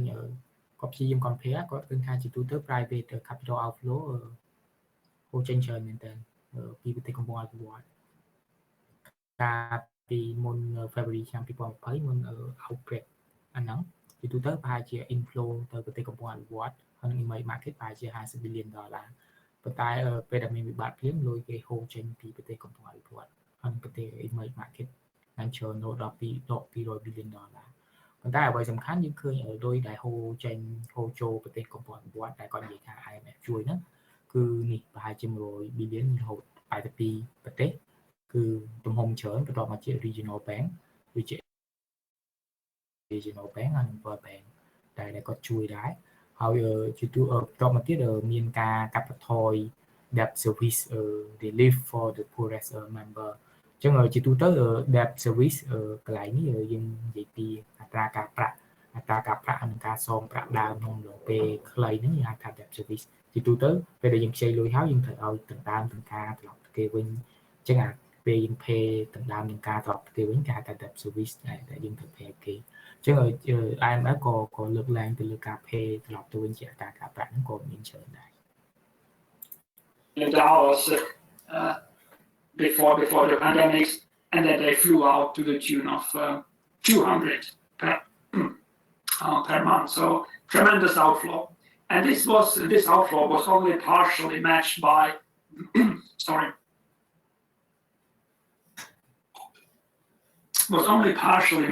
by official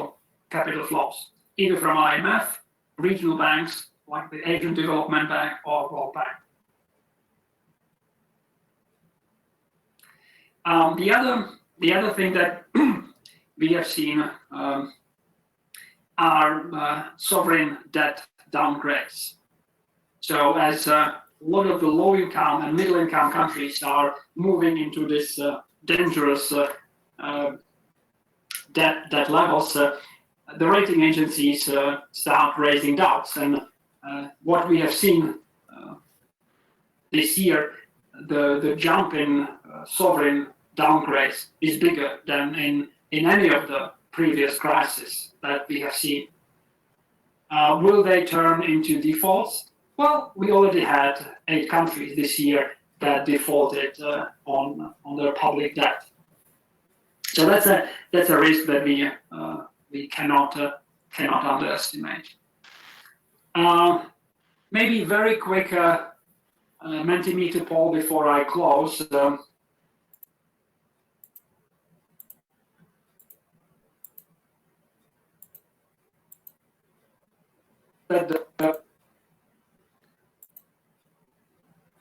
Partly skewed. អញ្ចឹងមិញគាត់បញ្ជាក់ថាជាទូទៅប្រទេសជាច្រើន Standard & Poor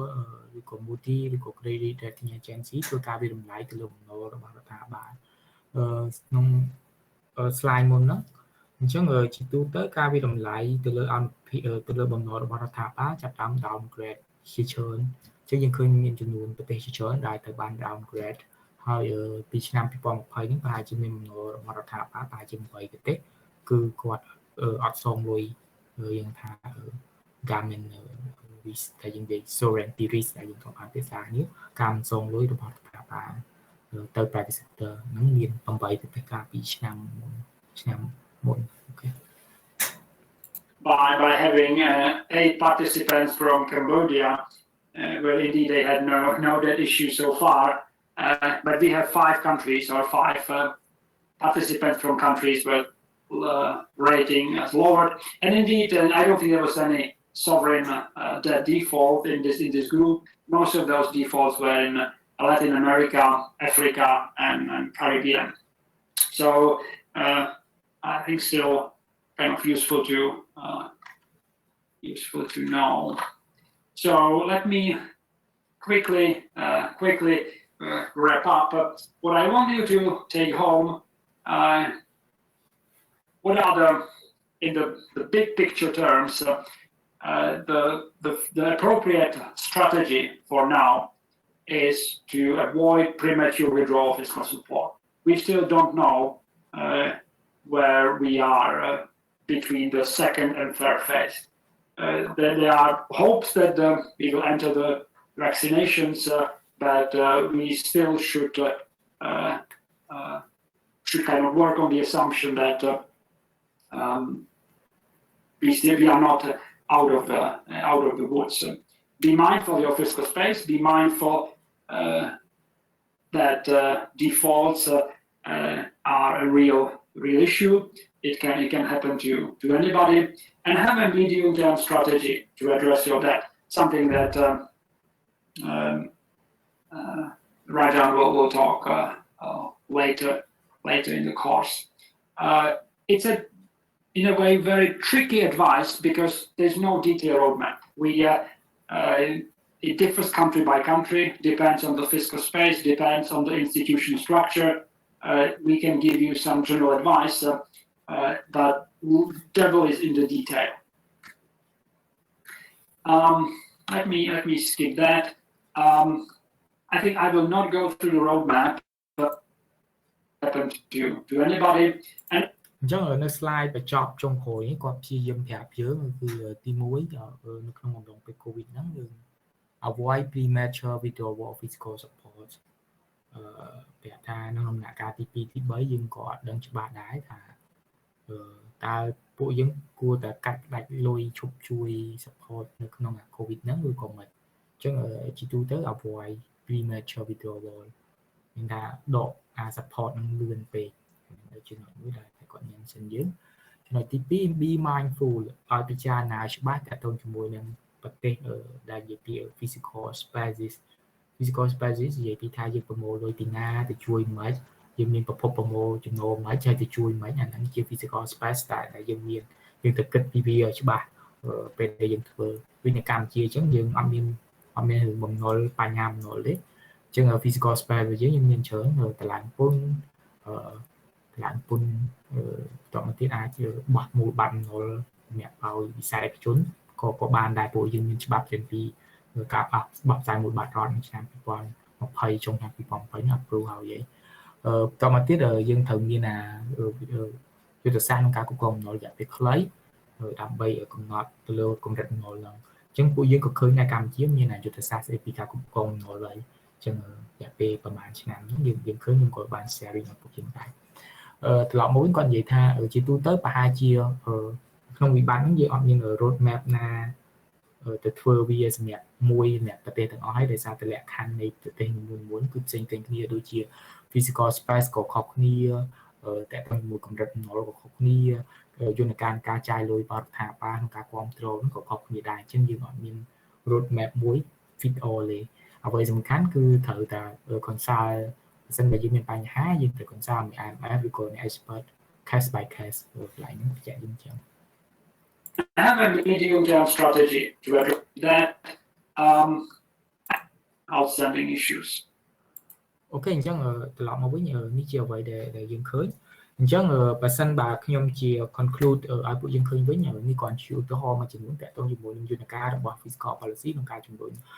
សេដ្ឋកិច្ចក្នុងអំឡុងពេល COVID-19 អញ្ចឹងយើងឃើញថាចំណារដ្ឋាភិបាលនៅពេលដែលយើងចាប់តាមនិយាយពី fiscal policy យើងចាប់តាមនិយាយពីចំណូលហើយចំណាយរបស់រដ្ឋអញ្ចឹងនៅពេលដែលមានវិបត្តិហើយជាចំណូលអត់មានច្រើនទេប៉ុន្តែរដ្ឋាភិបាលចាយច្រើនជាការចាយរបស់រដ្ឋាភិបាលប្រហែលជាទៅលើ transfer program ដែលយើងនិយាយពីការ subsidy ទៅលើអ្នកដែលរងគ្រោះ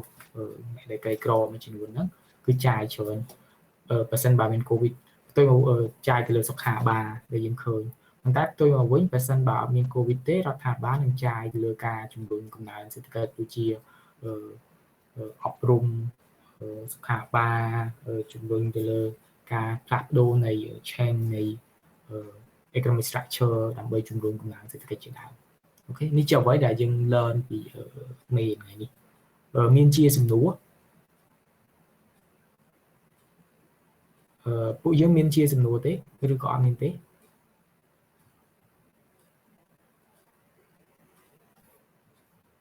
អត់មានទេលោកគ្រូបាទអរគុណច្រើនអញ្ចឹង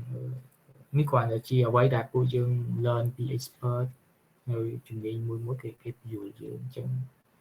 យើងឃើញជាទូទៅប្រហែលជាយើងគួរតែចំណាយពេលអញ្ចឹងច្រើនអរគុណច្រើនអញ្ចឹងបើសិនបើអត់មានទេយើងបញ្ចប់ថ្នាក់យើងប៉ុណ្ណឹងយើងជួបគ្នានៅសប្តាហ៍ក្រោយយើងជួបគ្នាយើងអរគុណច្រើន លាទាំងអស់គ្នា